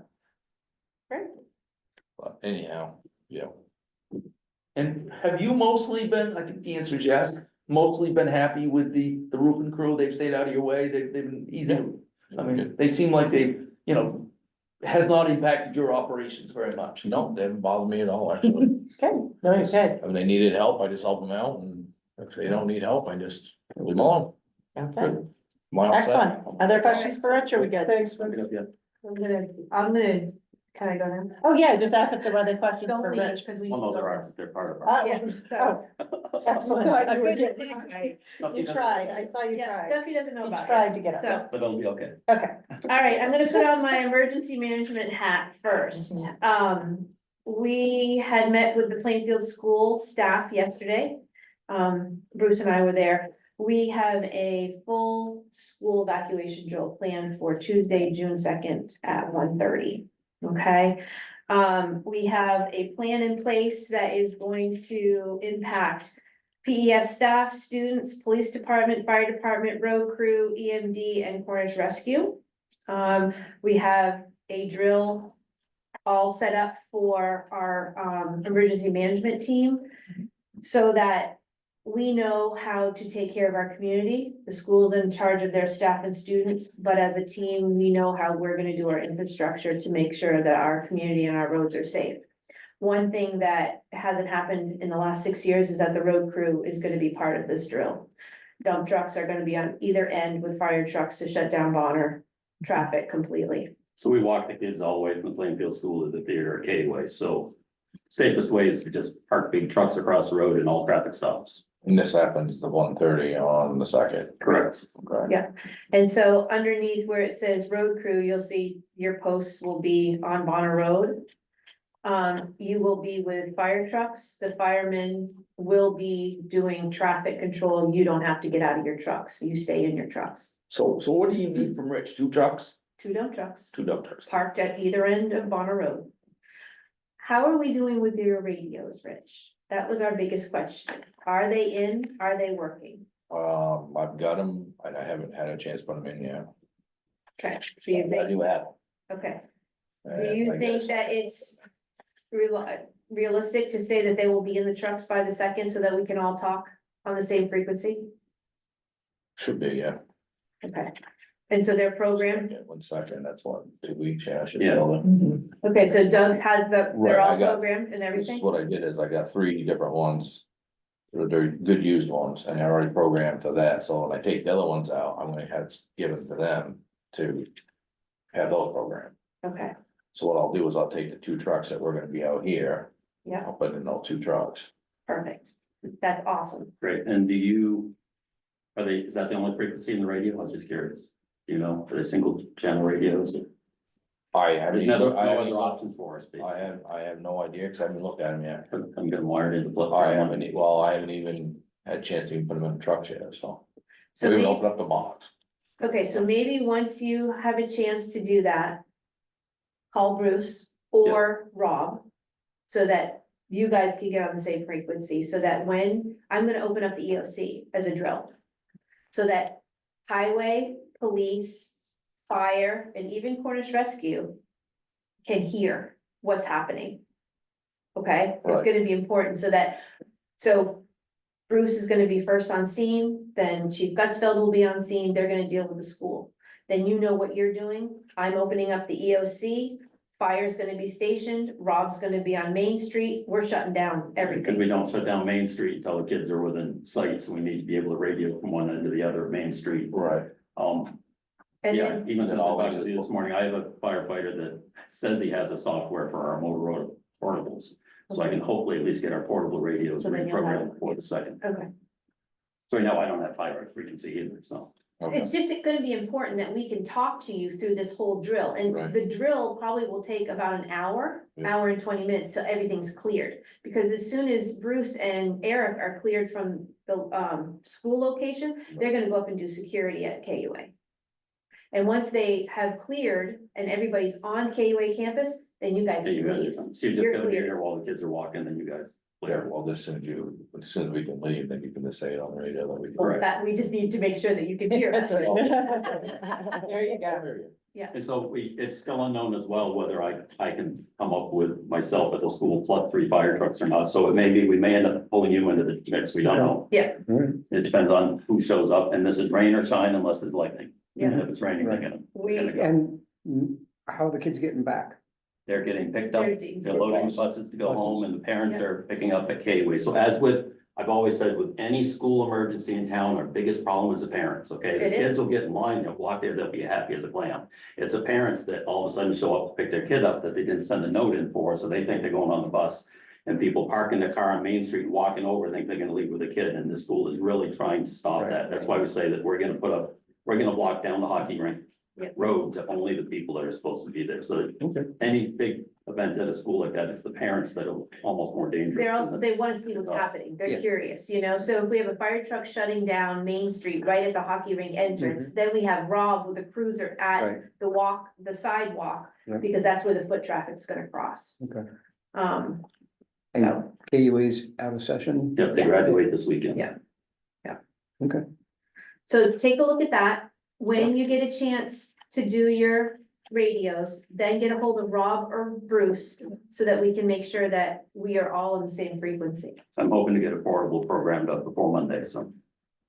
My kid's all over it now. Once I gave him the go light to go grab a portable radio and start reprogramming, he's all excited, so. Okay. Perfect. If you have a chance, look over that drill. Yeah, I did. Profile. Actually, it was something we were supposed to do, was involved in it years ago anyways. We did it, I know you're involved, they do it every 3 years. Yeah. So I know you were involved 6 years 6 ago. years I ago. remember. I don't think we involved you last time, 'cause we had enough other people around. But I remember blocking it off a couple times. Yeah, Yeah. that was 6 years ago, yeah. So, this will be good. And this is my first year in charge, so I'm not used to, I have to be over at the school when things start, so I was like, I was expecting to be in a truck blocking the road, so. Their theme this year is it's gonna be a brush fire. They're not telling the teachers where it is on the school, so they have to listen to know what door to exit, so they're not going towards the fire. I think I have Good some job. smoke bombs downstairs, I'd love to get them. Oh, geez. Wow. I think, Well, I think, come up with something. honestly, I think that's good. That's almost in the fireworks. And obviously dispatch will be prepared for the onslaught of parent calls, so that will say what's going on at the Plainfield School. Yeah, we'll let them know, cause if the highway frequency doesn't work, we may switch to TAC 4, Yeah. which happens in the end, if that doesn't work, we may end up talking briefly that it's a drill on UBCom or the police frequency, depending on. Right. But depending it's on how already they been, work. it's been already publicized in Blackhawk's bulletin, so parents are aware. Oh, good. Because in past, we've had parents come at 1:15 to pick up kids for dental appointments or, you know, whatever, and they can't leave. Once that drill starts, you are done. You are there and you are walking to KUA. That's it. Yeah. And they get so mad. Sorry. Yeah. You know, and we told them at the staff meeting that you have to get the word out. Yeah. This is a perfect opportunity. And then with the school rules, the people that normally walk or ride from the school, they have to get on P7, be taken back to the school. So they can get on their bikes and walk from there. Yeah. And even the kids at K-way can't just walk across the quad, they have to Get back. Get back. get back on the bus and get dropped off where they always did at the top of the hill. So. But we just wanted to bring you guys Great. into the loop on that. Yes. So, and it's a great drill for all of us. Absolutely. Sounds complicated, sounds great though. Good- Yeah. Good rehearsal. for- And well, and the thing is we know that if it is a true emergency, this is all gonna go sideways. But the good thing is, we know as a team where we need to be. Yeah. And how it's gonna happen. Right. You know, it could be, I don't know, a fire in the school, literally, that they have to get out. We all know where we need to be, and Right. those kids need to get out. This is realistic, yeah. And that's what I told them, is that in a real emergency, the firefighters, I mean, life is first, then property. But it may be 11 an ambulance blocking the road, or it may be Right. it may be Steve in his pickup truck, I mean, we will Right. get. We'll get Bigger truck. somebody there. Yeah. You know? Maybe someone from Windsor, I mean, That won't we will stop get it. somebody there that's, you Right. know, Shout it out of the way. life first, then worry about the school burning. So, and it's good for the kids and the staff too, to see, you know, fire trucks. Yeah. You know, flashing lights, noise, whatever. Yeah. It's gotta be as normal emergency as possible. Absolutely. Normal emergency, that's what we play. Mm, Well, if it was mine, I wouldn't tell the school, I'd just pull it. Right. I did But that there's a lot Monday. of, there's There's a lot trauma. of stuff that could. There's a yeah. lot of trauma That and there's could a go lot. wrong. Yeah. But, I know. like Eric has said, we can't predict this. Yeah, I know, but you would have to. But it's good to know that our team will be in place. The other thing that'll be good is immediately after the drill, I just learned this new word, hot wash. Yeah. We're gonna have a hot wash debriefing at the school with the staff and the The EMT. staff was like, we have to come back here at 3 o'clock for another meeting. Yep. Yeah, That's yeah. where it works. yeah. Well, it was interesting. I was laughing a little bit at the, staff meeting at school. I mean, we had all kinds of dress codes. And I just said, okay, you know this drill is happening. Please wear comfortable shoes. Sandals and flip-flops. Oh my God, I mean, high heels, I mean, it was like, oh my gosh, but just know, put it in your calendar right now. If you have asthma, put that inhaler in your pocket. 6 years ago, we had a principal that had an asthma attack at the top of the hill.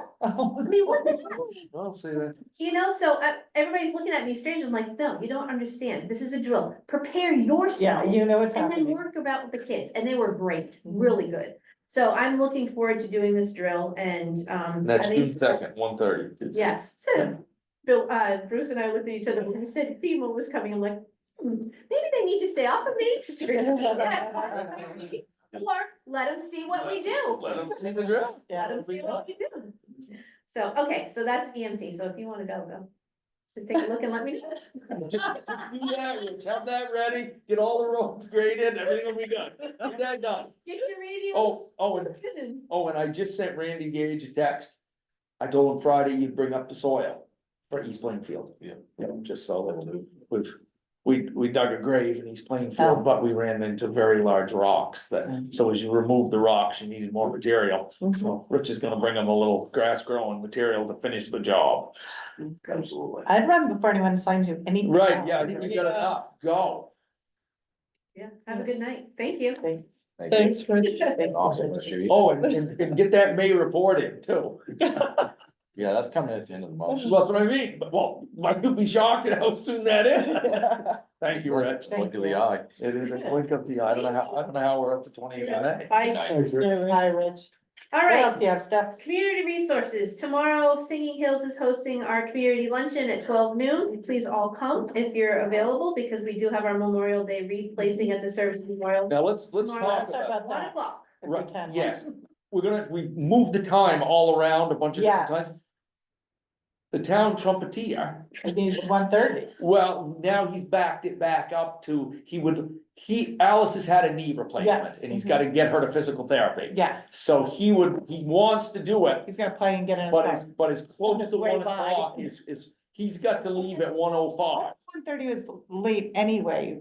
Right, well, we've been all over, I mean, so. I'll do it So, anytime, but. so what time, can you? I asked for 1:15 because the luncheon usually goes from 12 to 1, and then to get everybody in their Yeah. car and get to the Service Memorial. Well, you, But I will try to You get get 'em there at everybody 1. through the buffet line and leave at 12:45. turn them loose at 11:10, they'll start eating, it'll be fine. The food won't be ready Eleven, yet. 10. You're What, gonna go cook? so wait, what time do you need the select board? Like, I think we should try to be there at 12:45, so we can be ready, we can talk a couple minutes. Ron will be there at that time, and as quickly as we can, we'll go, so he can do taps and go. I'll get It'll all work, I mean, 1 o'clock. he's geezering it a little bit, because he doesn't need 35 minutes to get to Lebanon. I mean, I think he'd be fine And I'm not gonna be there because I'm working at. Tomorrow. tomorrow. tomorrow. I was afraid of that. Yeah, no, it's- That's one thing, just remind Eric or Rob, Yeah. who's ever on tomorrow for traffic. to Yeah, have no, a- and Eric and I talked about it, he's planning to be there, and it's always great to have the police, it adds a And little. I think format. Rob is Yes. planning to be at the luncheon anyway, because we're gonna try to give some helmets away to our seniors who bike. Nice, There you go. I love it. So, yeah. Sounds like we got bike helmets. Yeah. If anybody wants a bike helmet, why not? Okay, so But that's a for bird tomorrow. shot. Yes, you gotta go together. Kinda do. Yeah. Summer camp scholarships are all set for Meriden Community Camp and Camp K in Lebanon. I'm really happy to announce that the Odd Fellows have awarded a 2-week scholarship to Copper Canyon in Bethlehem for a young spring summer. So that's really exciting for them. As we mentioned, KUA is graduating this Saturday, so there'll be a lot of extra traffic in our area starting, tomorrow night because of awards and then baccalaureate and all of that. Last day of school at the Plainfield School will be Friday, June 12th. They have an early release day and then graduation at 6 p.m. at KUA Flickinger Arts Center. So, just as a reminder, we do have our community luncheon, summer barbecue with you guys helping us grill on Thursday, the 25th at 12 noon at the school. We are starting to really come together. We had a meeting yesterday for the community phone book, so we're gonna keep pushing that to get, edits into the book, but we're hoping for a publication in October. So that's good. Okay, health officer hat. Finally, KUA campus health inspections for the state have been completed. It took us 3 tries, but everything has been submitted. So that's good. And then one more thing I just need to announce, as most of you know, I've become a grandmother or a baby, which is very exciting. Bennett will be 4 months old next week, and I will be taking on Mimi Mondays. So Mallory can head back to work. So that means I am home with Bennett. I will not be checking emails and I will not be answering my cell phones unless it's an emergency. People know to call my house phone. If there's a catastrophe in town, my son-in-law is just 3 doors up and will take Bennett at any moment, but it has to be a serious emergency Right now. management team crisis. So I just wanted to let you know that Mimi Mondays are. I starting. love that. I'm he's surrounded by wicked Mimi cute. Mondays. It's everything I love. There's a Mimi Monday. So Stephanie, I have a question for you. When you said that the Plainfield graduation is happening at KUA, why is there something special about the Flickinder Art Center that the Plainfield Town Hall doesn't have? Or the gym. Or the gym? So it's been going on there for a long time, Long because time. my daughter was there, when she graduated. I graduated in the gym. That's where mine did. My daughter's graduated out of the gym, so that's why I It just it's holds like, more people, and so Yeah, it's they climate don't have to controlled. tell grandparents they don't have room for them, it's climate controlled.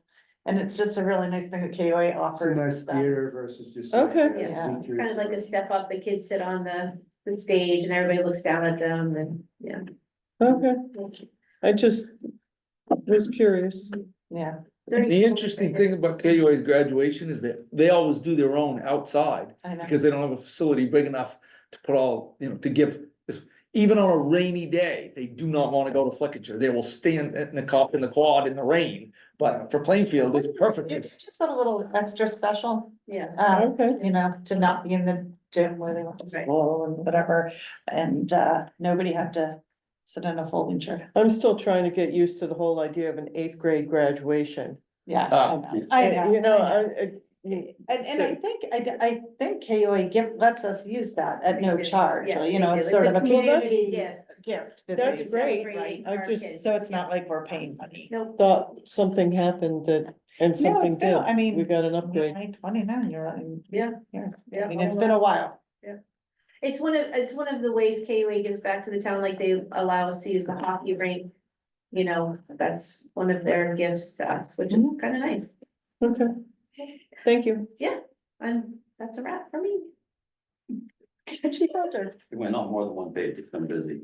Mm-hmm. We're up to 69 calls for the year, we've had 9 in the last 2 weeks. 3 of the 4 motor vehicle accidents that Eric described as the first time I'd ever put a boom across the brook for diesel fuel My running down. heart stopped, like, it was coming home from my dad's house, I went to visit him in Massachusetts, I came down and I could see, like, the first responders on 120 and then on Flatiron, I was like, and, I'm right So- between those, I was like, oh no. It was interesting for Yeah. us because we had a truck roll over on Flatiron Road and we're all Right. finally going, how do you roll a truck over on Flatiron Road? I was like, how is there a car accident? But the Yeah. bank for getting him out of the Yes. truck and everything was. so Yeah, and the much- call so came much- from Flatiron. Yeah, call came from Yeah. Flatiron. So anyways, we had to deal with But that. it was- Yeah, we Yeah. found out that, well, Richie isn't here anymore. We had to call up Lubnix. We didn't know how to dispose of the booms when we were Yeah, done, right. but there wasn't a lot on there, so we were able to just put them in Richie's dumpster and they go away. We're part of the West Central Hazmat team where we pay $2,000 a year, so they will replace the booms Oh, from that. great. Great. But that There was involved a discussion lot. whether to go after his insurance company or not. He's in the world of hurt. And we didn't figure for $300 it was worth chasing the insurance company. Anyway, so we had the 3 car accidents. We went back twice to a cat stuck in a tree. We were there on day 5, we were there on day 7. And you know, it did come out. On day 13, it fell out of the tree and is a lot, 100% alive and well and chasing her chickens. And she thinks that's why it came out, is that the chicken, she Ah. says Yeah, it really likes we the backed, chicken. it was on the wrong side of the house. We backed the ladder truck up the second time. We extended all 110 feet out and we were 15 feet short of the tree. And the cat was way up above that. So unless she wanted to, there's only so much we, as a fire department, we could Yeah. do, and they didn't want to pay the expense of getting a Gallagher tree climber or someone to climb it. It was their mother's cats. Anyway, the cat's out of the tree. We felt horrible. We were defeated, but. the cat Well, did you come tried. out. Yeah. We had a propane leak in Spruce Park. We had 2 fire alarms and we had a smoky power pole down on River Road. We were there for after an hour. Rob called up the dispatch and they sent the power company to 714 River Road in Hanover, not Plainfield. And then the guy in the small truck showed up and said, well, I guess I'll have to call the guys in. It started at 3:30 when they were still at work. So I was pissed off and I said, you're staying here. And we left. I mean, it was still smoking because the wire came off from the insulator and it was Yeah. arcing down through the pole. Wow. And we were off at a different call at the same time. That's the second time Hanover Dispatch has given the wrong address. Yeah, Yeah. yes, the motor vehicle accident down on the dirt section of River Road came in as Max Maple.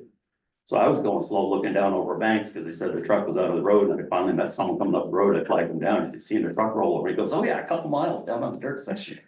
So that location wasn't Wow. correct either. Yeah. So yes, the 3 motor vehicle accident, 16-year-old totaled his truck because of the washboard. He had the truck in the brook because he fell asleep and you had the DWI. So they're all a little bit of every flavor. Max Maple, there you go. Max Maple. Uh, Monday, talk about surprise drills, so I was just told to come sometime between 8 and 9 to pull the fire alarm at Estabrook, so we did an impromptu. To a fire drill that kids didn't know we were coming at all, I told them that they did great singing at the senior lunch Oh, the they time did, before. Yeah. So they were all happy about that. I'm hosting the Rafton and Sullivan County Forest Fire Wardens dinner and meeting tomorrow night at our station. Great. We have 20 RSVP, so we're cooking for 30, because people always never RSVP. Friday tonight at 7:30 at the Cornish Flat Station. And then Friday between 12 and 1 and Saturday between 11 and 1, we're doing hands-free CPR instruction. Friday will be at the Plainfield Station between 12 and 1.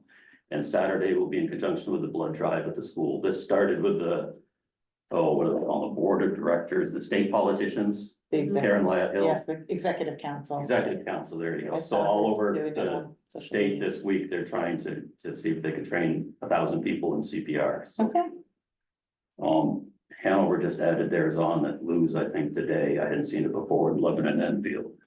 They're around. And it's really good. Bone Builders got confused on dates, so Margaret and I already did 6 of them last Friday. I drove by, saw cars, and Margaret was available, so we went through 6 of them on Friday. Also Saturday, between 10 and 2, we'll be covering the town of Cornish, because their ex-chief Mike Manette passed away, so they're during that Oh, funeral. that's the bunting. Yeah. Yeah, so they decided that we didn't need to bring a truck down, if we could just cover any call in Cornish for those 2-3 hours. Yeah, Monday, so.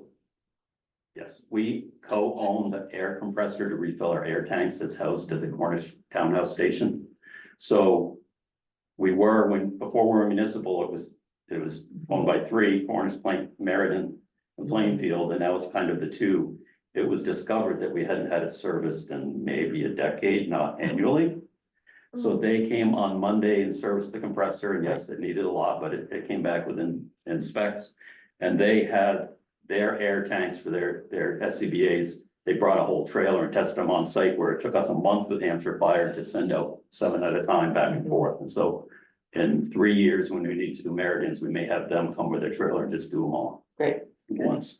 So we will be splitting the bill for the air compressor service between Plainfield and Cornish. We don't remember who paid last, and it just makes sense to us to just split the bill in half. Also in the course of this, so Cornish fills all their bottles off the Cascade system, of which now there's 9 big bottles on the wall, 6,000 PSI ones. They're all supposed to test those every 5 years. Those are all out of spec. The ones that are mounted in Meriden Utility and our utility have not been touched since they were installed in the truck. So, it's a different truck that comes, but we will be also testing those to try to get those, they're out of sight, it's just the valve showing on the Right, outside. right. It's supposed to be done every 5 years as well. Yeah. So that's coming. Old engine one is over at Dingy's to get the Peter Barry removed off the side of it. I talked with Ashley down there, and she thinks we should post it on Fire Tech because, you know, if you wanna buy a fire truck for $4,000, you go to Municipal. Yeah. Lisbon couldn't even get their minimum $10,000 bid for theirs. So when it gets back, so we can take a picture without saying Peter Barry on the side of it. Yeah. I would like to post that. Our deal is, we think we'll post it for 20, but if someone offered us 15 or 12 or something, we'd say it's yours. Mhm. Cause it's a 4-door cab, so most of the farms don't want a 4-door cab truck. They just want a single cab. Already talked about hazmat.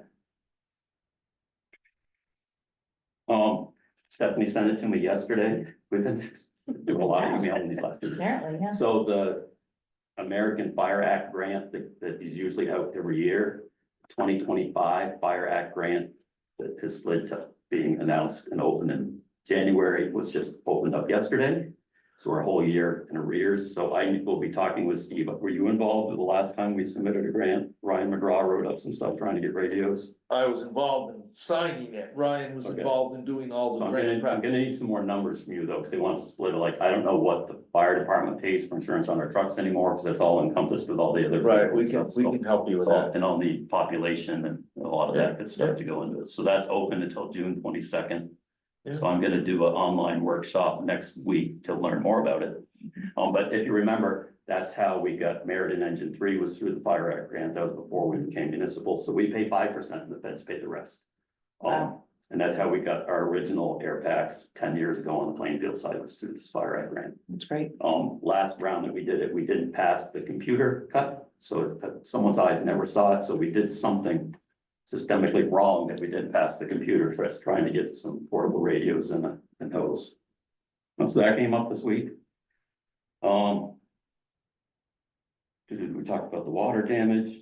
Been working with Brad on the pots in the box to try for a fire alarm signaler. When we switched to Hub 66, we decided to buy one.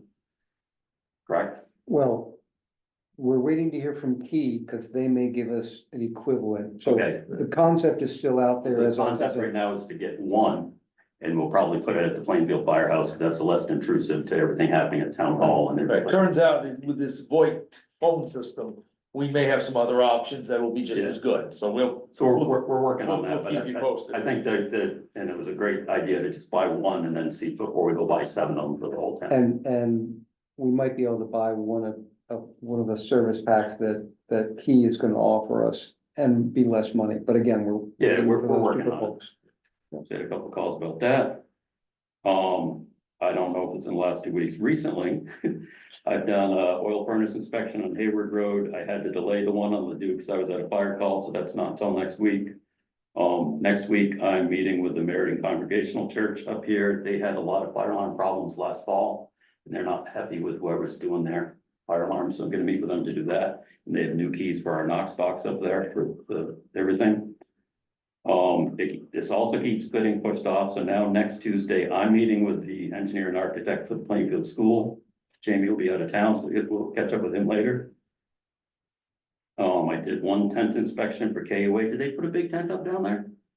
They haven't yet. I saw- Should be on the green. My I guess saw a small be tent. for On the quad. graduation, right? The small tent by the barn, That's the one I saw, yeah. Yeah, they don't Yeah. do a tent in the quad, they just let them bake or get wet. One or the Okay, other. because he was asking me about, people capacities in the barn or the hockey rinks. Right, I think the weather looks good, they're just going with it. like the Okay, well, quad. he hadn't called me, and I hadn't driven by. When you meet with the school architect, Yes, can you remind him that that they need to pull a building permit for the school renovation? They haven't done that yet. oh, I was told they had. Yeah. No. Cody said you I was told they had and that you didn't need to see the plans. Yeah. That's what they said, it's a safety That's meeting. what Cody told me like in Yeah. January. Yeah, we have not, the planning, here's what they've misunderstood.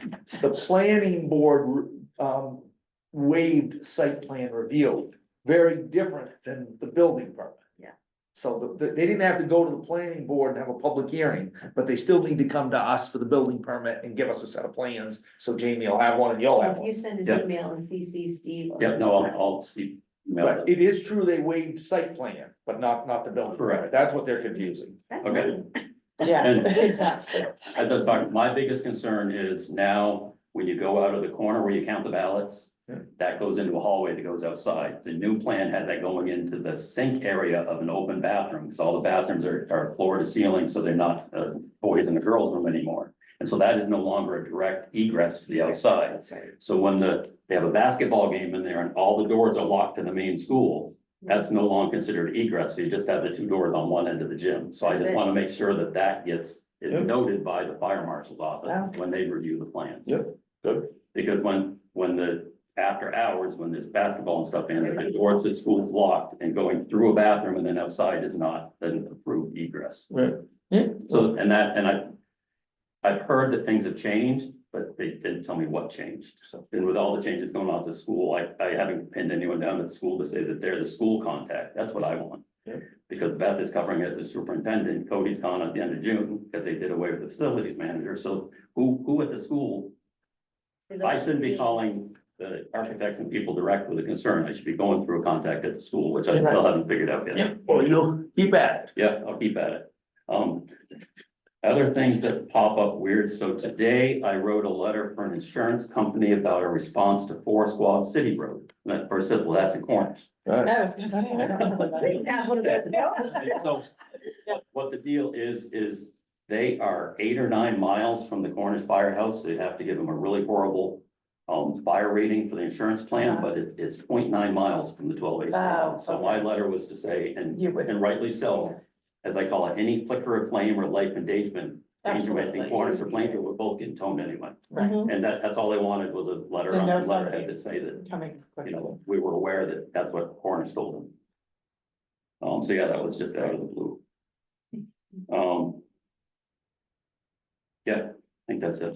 Well, that's a Wow, lot. Bruce. Oh, no, it's been busy. I mean, and then other things. That's why I told Stephanie yesterday, I try not to do anything fire department except for go to the school meeting. And That's today, I Yeah. didn't leave the house, didn't put my shoes on until I came to this. And it was all, she was only on part of all the text and email. So We're trying One of to keep our head above water. one of our younger firefighters says he has the cable and software to program the portables, Yes. which in theory, he could program all of the Motorola mobiles, like in all the fire trucks and the police cars, but he doesn't have that cable, so I think we're gonna have, Goodwin from Hanover that we're gonna pay to come down and do all of them, come down with him. Yeah. And it'd be great if he could learn from Goodwin, and maybe we can make these changes, cause I'm looking for the lost missing child on Freeman Road. I found out I couldn't talk to the police. I could hear him, but our radios hadn't been reprogrammed since when simulcast the repeater, so I could hear them, but I couldn't radio to them when Right. she went down the hill by me. And so then I was just switching over to Hanover when the Enfield police officer found her. So there's a bunch of other things, not just highway, that we need to get fixed. Wow. The Cornish frequency doesn't exist anymore because they're on with us and UBCom. And so that there's at least 5 different radio shifts that have been, we haven't changed because it's such a pain to try to get Goodwin down to reprogram 30 portables and 12 mobile radios. It's been very interesting in The my 6 communication years here to has learn. been our weakest How, link. yeah, Should really be how our complicated it is, strongest. right? It's just Very been. complicated. But it is, when you are a small New England town with multiple agencies, Multiple and- agencies and and our terrain. geographic. Yeah. it's just, Yeah. it's never Issues worked. are- I'm not sure it ever will, but God bless you for trying. You guys Like are the on. police thing, they switched over to Hanover Police. Like, oh, I've had Hanover Police in my radio for years, so I've been listening to them. Right. It was the first time I really tried to talk to them and they wouldn't answer back. You do have some pretty good cell phone technology now. I mean, your office, your firefighters all have that app that shows them where the call is. Correct. It's but you gonna get can't that's the rub. No, but it's, But but yeah, it's, we know. it's where- way better than a plectron on top of the refrigerator and a whiteboard at the Correct. fire station. Yes. Uh, Yes, we are so- being vetted out. Yes, yes. And that's why. It's a little bar, but yes. So I grew up, But don't move these, cause we need those. I grew up in a house with the red party phone before we had Yeah, radios, oh, yeah. and you never, that rang and you never talked, and then still to this day, my parents have the scanner going 24/7. Yeah. I wasn't married, I probably would too, so the other night, Right, and if you do, you won't be there. so yes, the other night at 1:30, I was awake and heard a medical call, I was like, oh, I know them, so I Yeah. went down to help out, you know, just like, it was like, oh, Bruce, you're here, I was like, yeah, I hadn't gone to bed yet. And so I responded to 3 medical calls that aren't listed on here and put Wow. them around. Yeah, well, thank you. Retirement's a great thing, isn't it? Yeah. But I texted to Rob today. I may stay working. Yeah, that'd be good. Yeah, wow, well, thank you. All right. How you doing? All right, Steve, anything you A wanna? couple of things for you. One, from the tax collector, she's getting close to lien time. Mhm. Which I think will be leaning about 40,000 this year, which is a continual declining amount. Total outstanding taxes in the town of Plainfield, total. That goes back to liens from 2014, which include the two problem properties that we've talked about in these meetings for years.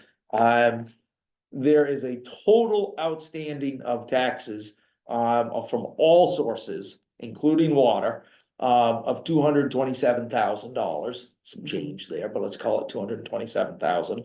Of that, 140,000 are these two properties, Yeah. right? So the vast, more than half Yeah, of the amount that's outstanding totally from the town is From two two. properties.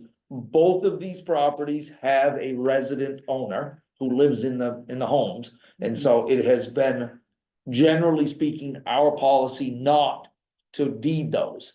And so for her records, Michelle Marsh needs, as tax collector, needs the selectmen, if they choose, to waive the deed.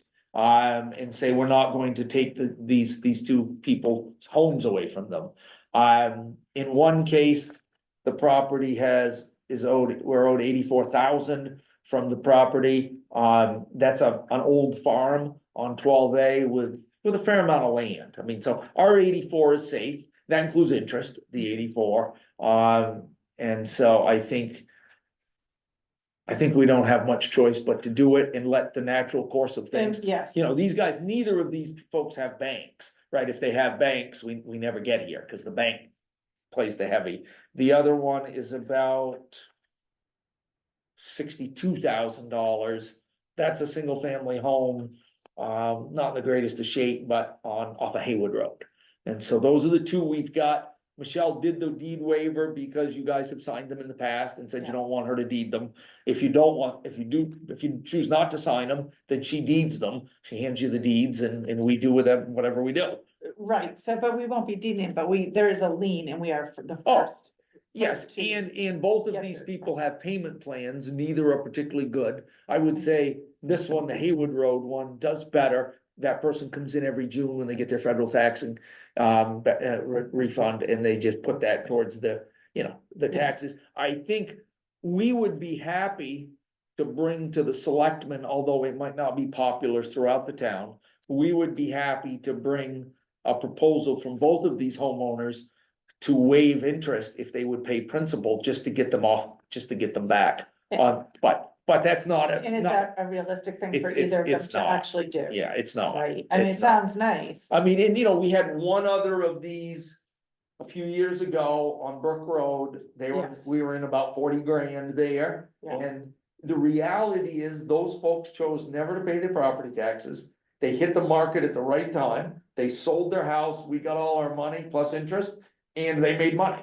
I mean, it was just, they didn't get as much money as they otherwise would have. So it's not. Wasn't easy though, it was ugly. Right, Yeah. no, I get that, and so, there is no town in the Upper Valley, including Hanover. If you said, we have two properties that are basically non-performing that make up 50, almost 60% of our unpaid taxes. They would just say, of course you do, and we have 7, or we have 12. I know, and I know it sounds like an extraordinary amount, right? But We talked in about the that. scheme of real but it- estate right. prices, And there's a reality to getting that. but it is, I think, I mean, if you think about since 2014, how many tax warrants of 6, 7, 8, now $9 million we've issued. And the only amount that hasn't been paid in all that time is $161,000. The rest is interest.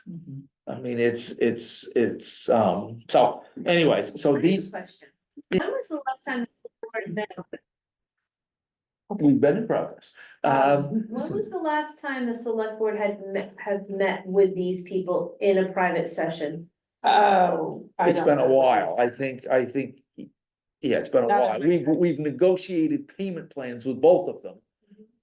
But I don't think the select board has met with them in private. We have met with residents in a similar Right. fashion and, I can't remember who it was and it may be one of these people and it may not be.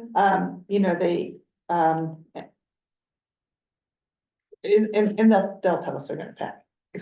Right? I mean, We know you can't get. we can water from imagine a how it's stone. gonna go, You just right. can't, you know? yes, they come and say, yeah. But for we do. protection wise, and maybe Yeah. Michelle knows this, I mean. Is there a beneficiary? I mean, you can hold a lien, but if there's no bank, what if they're willing this property to a family member? Right, well, What? through the probate portion, they would have to get a mortgage and we'd have to get paid. Okay, Yeah. so that, okay. And one of them I'm worried about just having Because there is a- extended family There members is a just family move in. member there, right? And, yeah, and we're, and again, it's a kind of a revolving door. Because if we deed the property and say, get out, and we're successful in getting them out, and we know how easy it is to Yeah. get you out of trailers, we're still working on that over more than a year.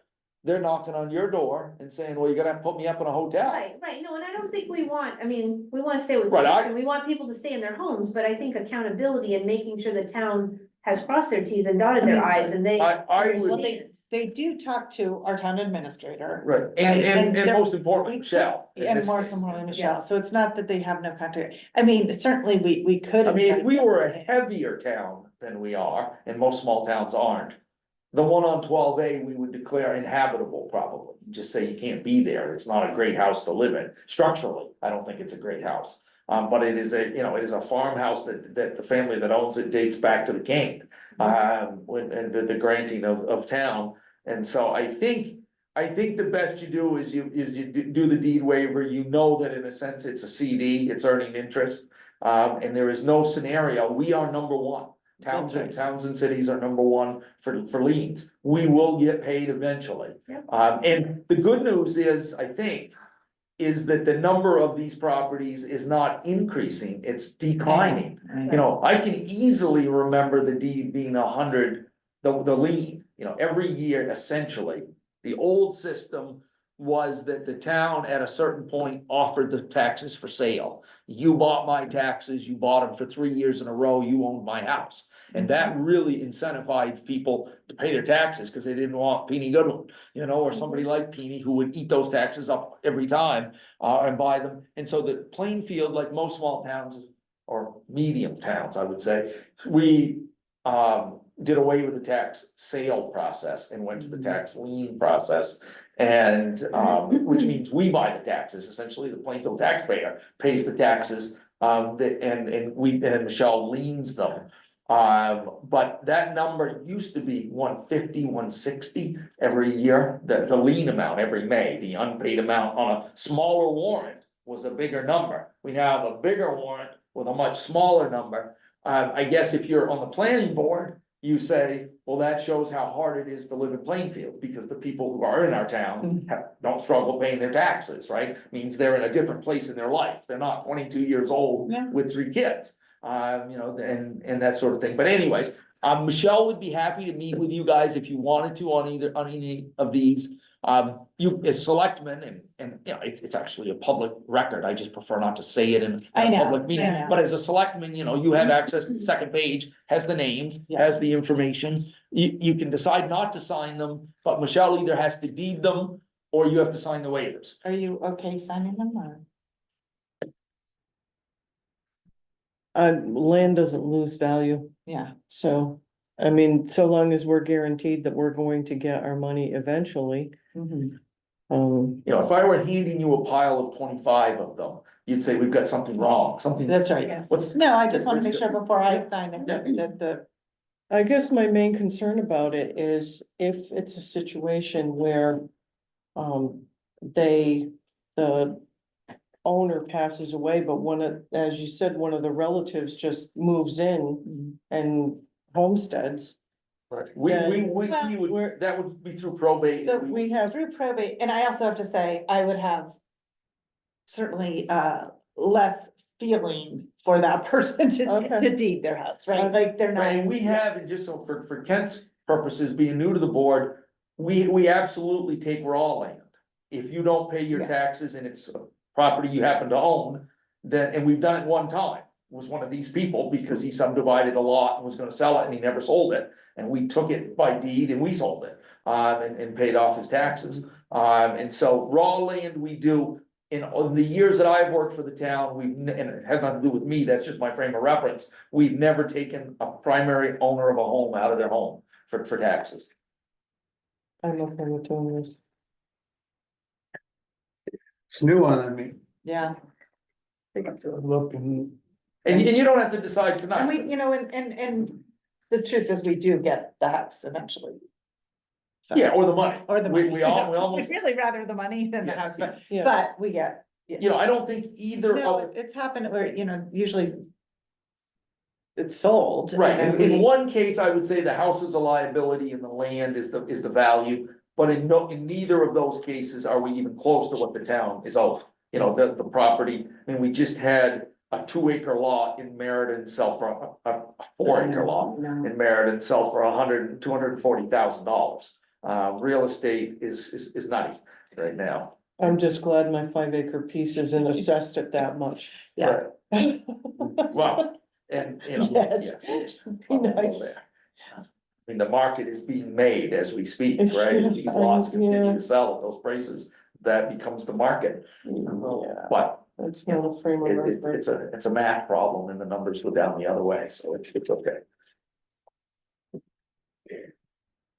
So I guess I need a little more schooling on this. Yeah. Um, So each one of those lists, those lists each indicate the years back that taxes have not been paid in full. right, so for example, the Hayward, Road property, it's. Is it 7, 8, 9 years? Yes. hasn't been paid? Yeah, that he has not paid in full. Some of them are paid, you know, Yeah, and he is, part, you know, it's a difficult, it used to be 18%, it's now 12%. So they are, what is very heartbreaking, and it is when somebody comes in and says, here's $100, put on my taxes, they haven't touched the principal. The town interest is, you know, Michelle takes it, credits their account, Mhm. and we move on, but. But it really got. If the system were perfect, you would only see 3 years worth of liens. Because you can be in arrears to the town for 3 years and then the property is taken. These are very non-performing properties. There's some, as you just said, go back to 2014.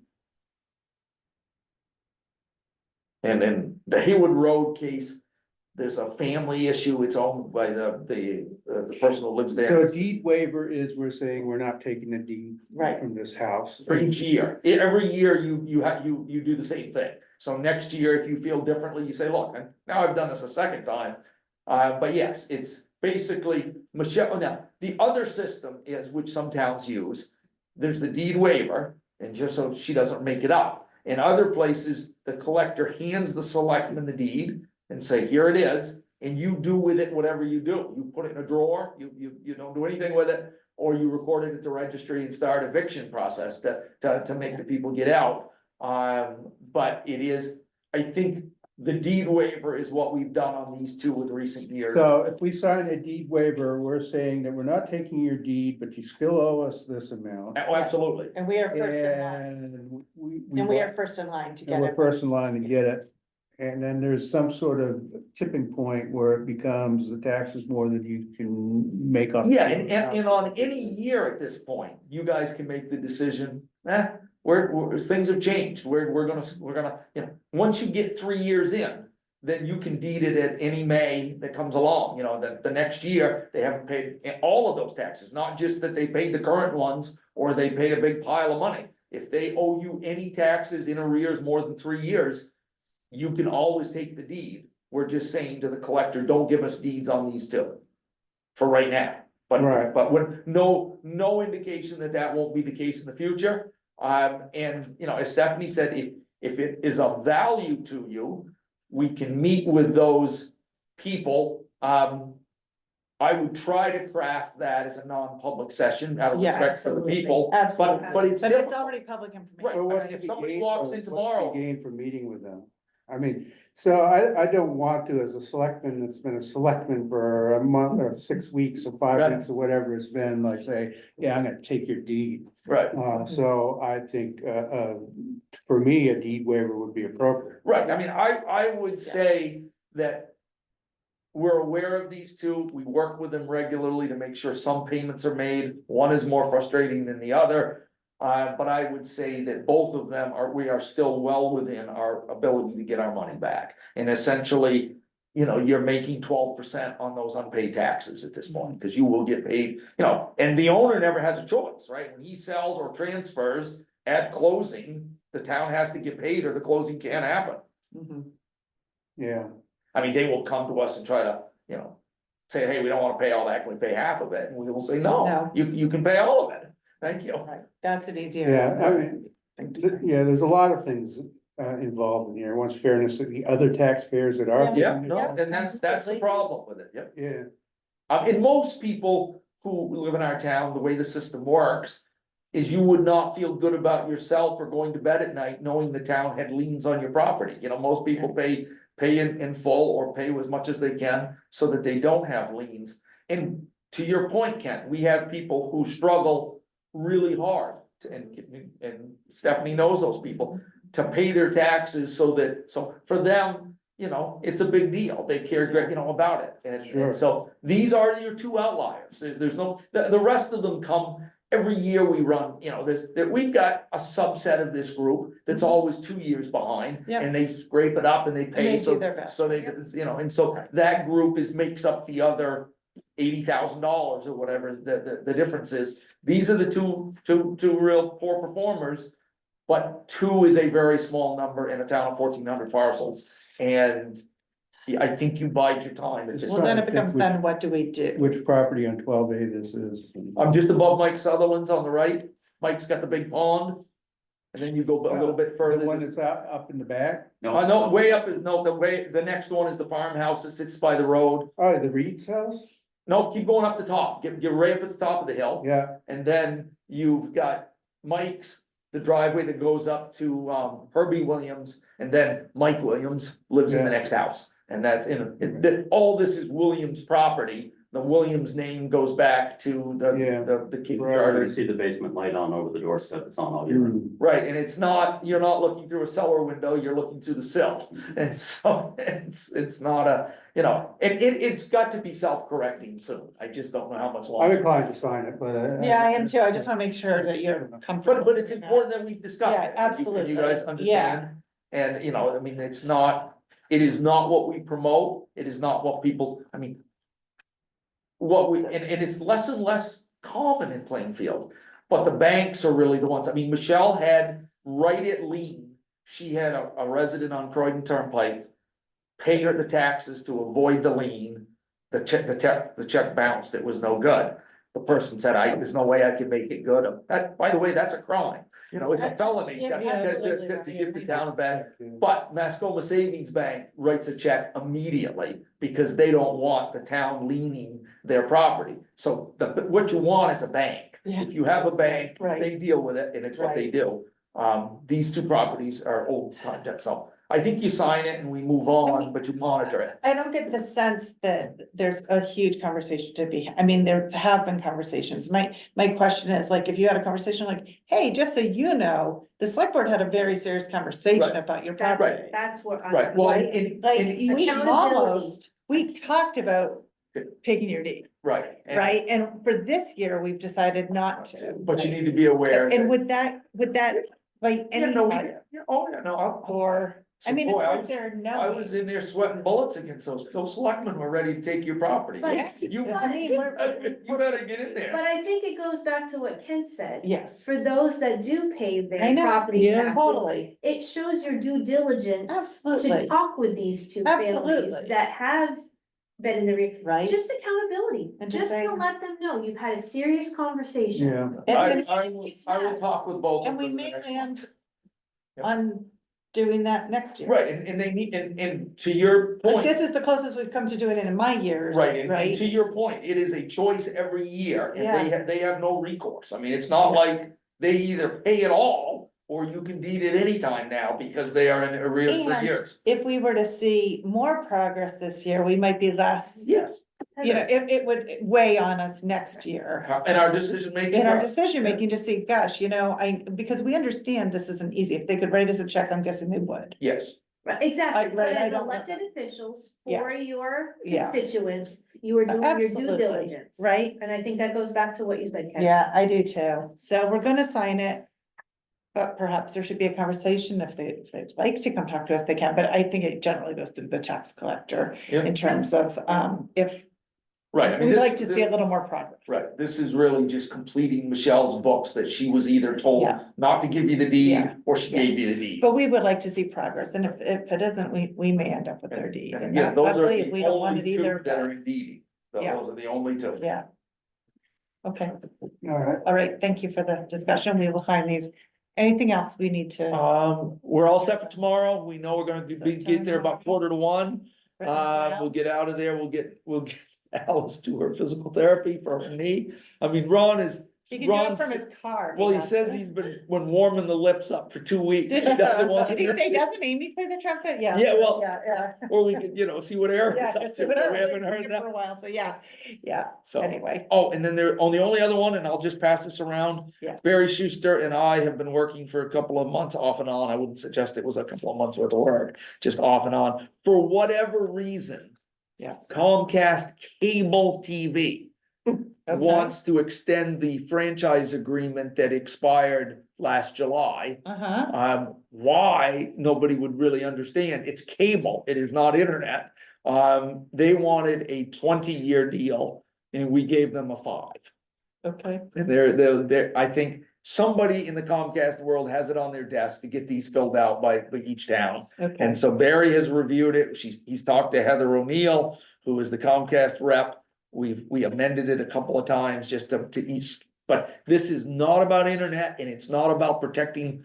It's saying that no one else can come to Plainfield and do a franchise for cable TV. It's okay. very bizarre, but In case we get in a time Right, machine to it's go a- back to this. so if we just signed that one, and Amy, I think you still gotta Yeah, I hit. have these quite a sign. few, yeah. But otherwise, And we I'm need good. to adjourn our meeting. Wait. Oh, I no, forgot to put my bedwether hat on. no, She couldn't make the meeting tonight. I know, no, back. Yeah, no, she was busy. She called it on my way over.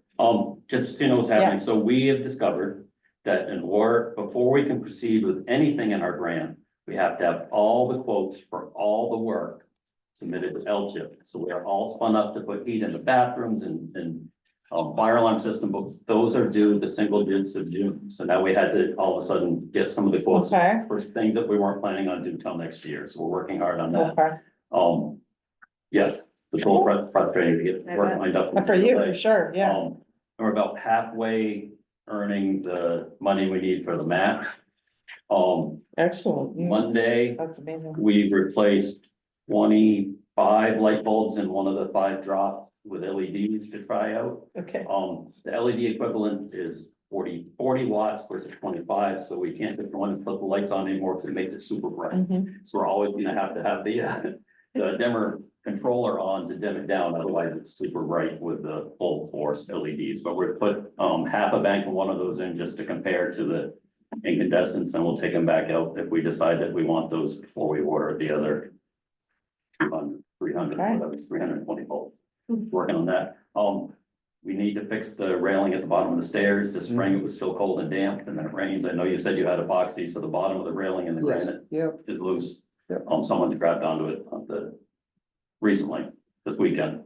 That's And fine. and it moves like a foot sideways, and if you're at the bottom of the ramp, It moves a foot? yes, it does. Well, then maybe we're beyond So epoxy. there was, Well, no, well, it's because those screws in the granite don't, and it's a known problem. yeah, I know it's a known problem, but it, If I'll- the lady. I already had it on my list excellent, to blow it out tomorrow or the day Ah, after. perfect. That's Put great. some epoxy in there, but We had someone older planting tulips bulbs left over from the senior luncheon in the front, and when she went to get up, she grabbed the railing, and it does, it moves, you can move it back and forth, 1.5 foot on the bottom where it's in the So we railing. might be in a drill. something else. I think the ones where it hooks onto the ramp may have loosened up because it's walls, Well, a little bit. But if you have it already in your plan, just wanted to perfect. say, safety wise, that's. Yeah. Okay. The one We'll thing we get had on on that. All right, are we all Alright, good? We need a motion. I move that we adjourn the meeting. I second it. All in favor? Aye. The meeting Have a is great Memorial Day adjourned. weekend. I need to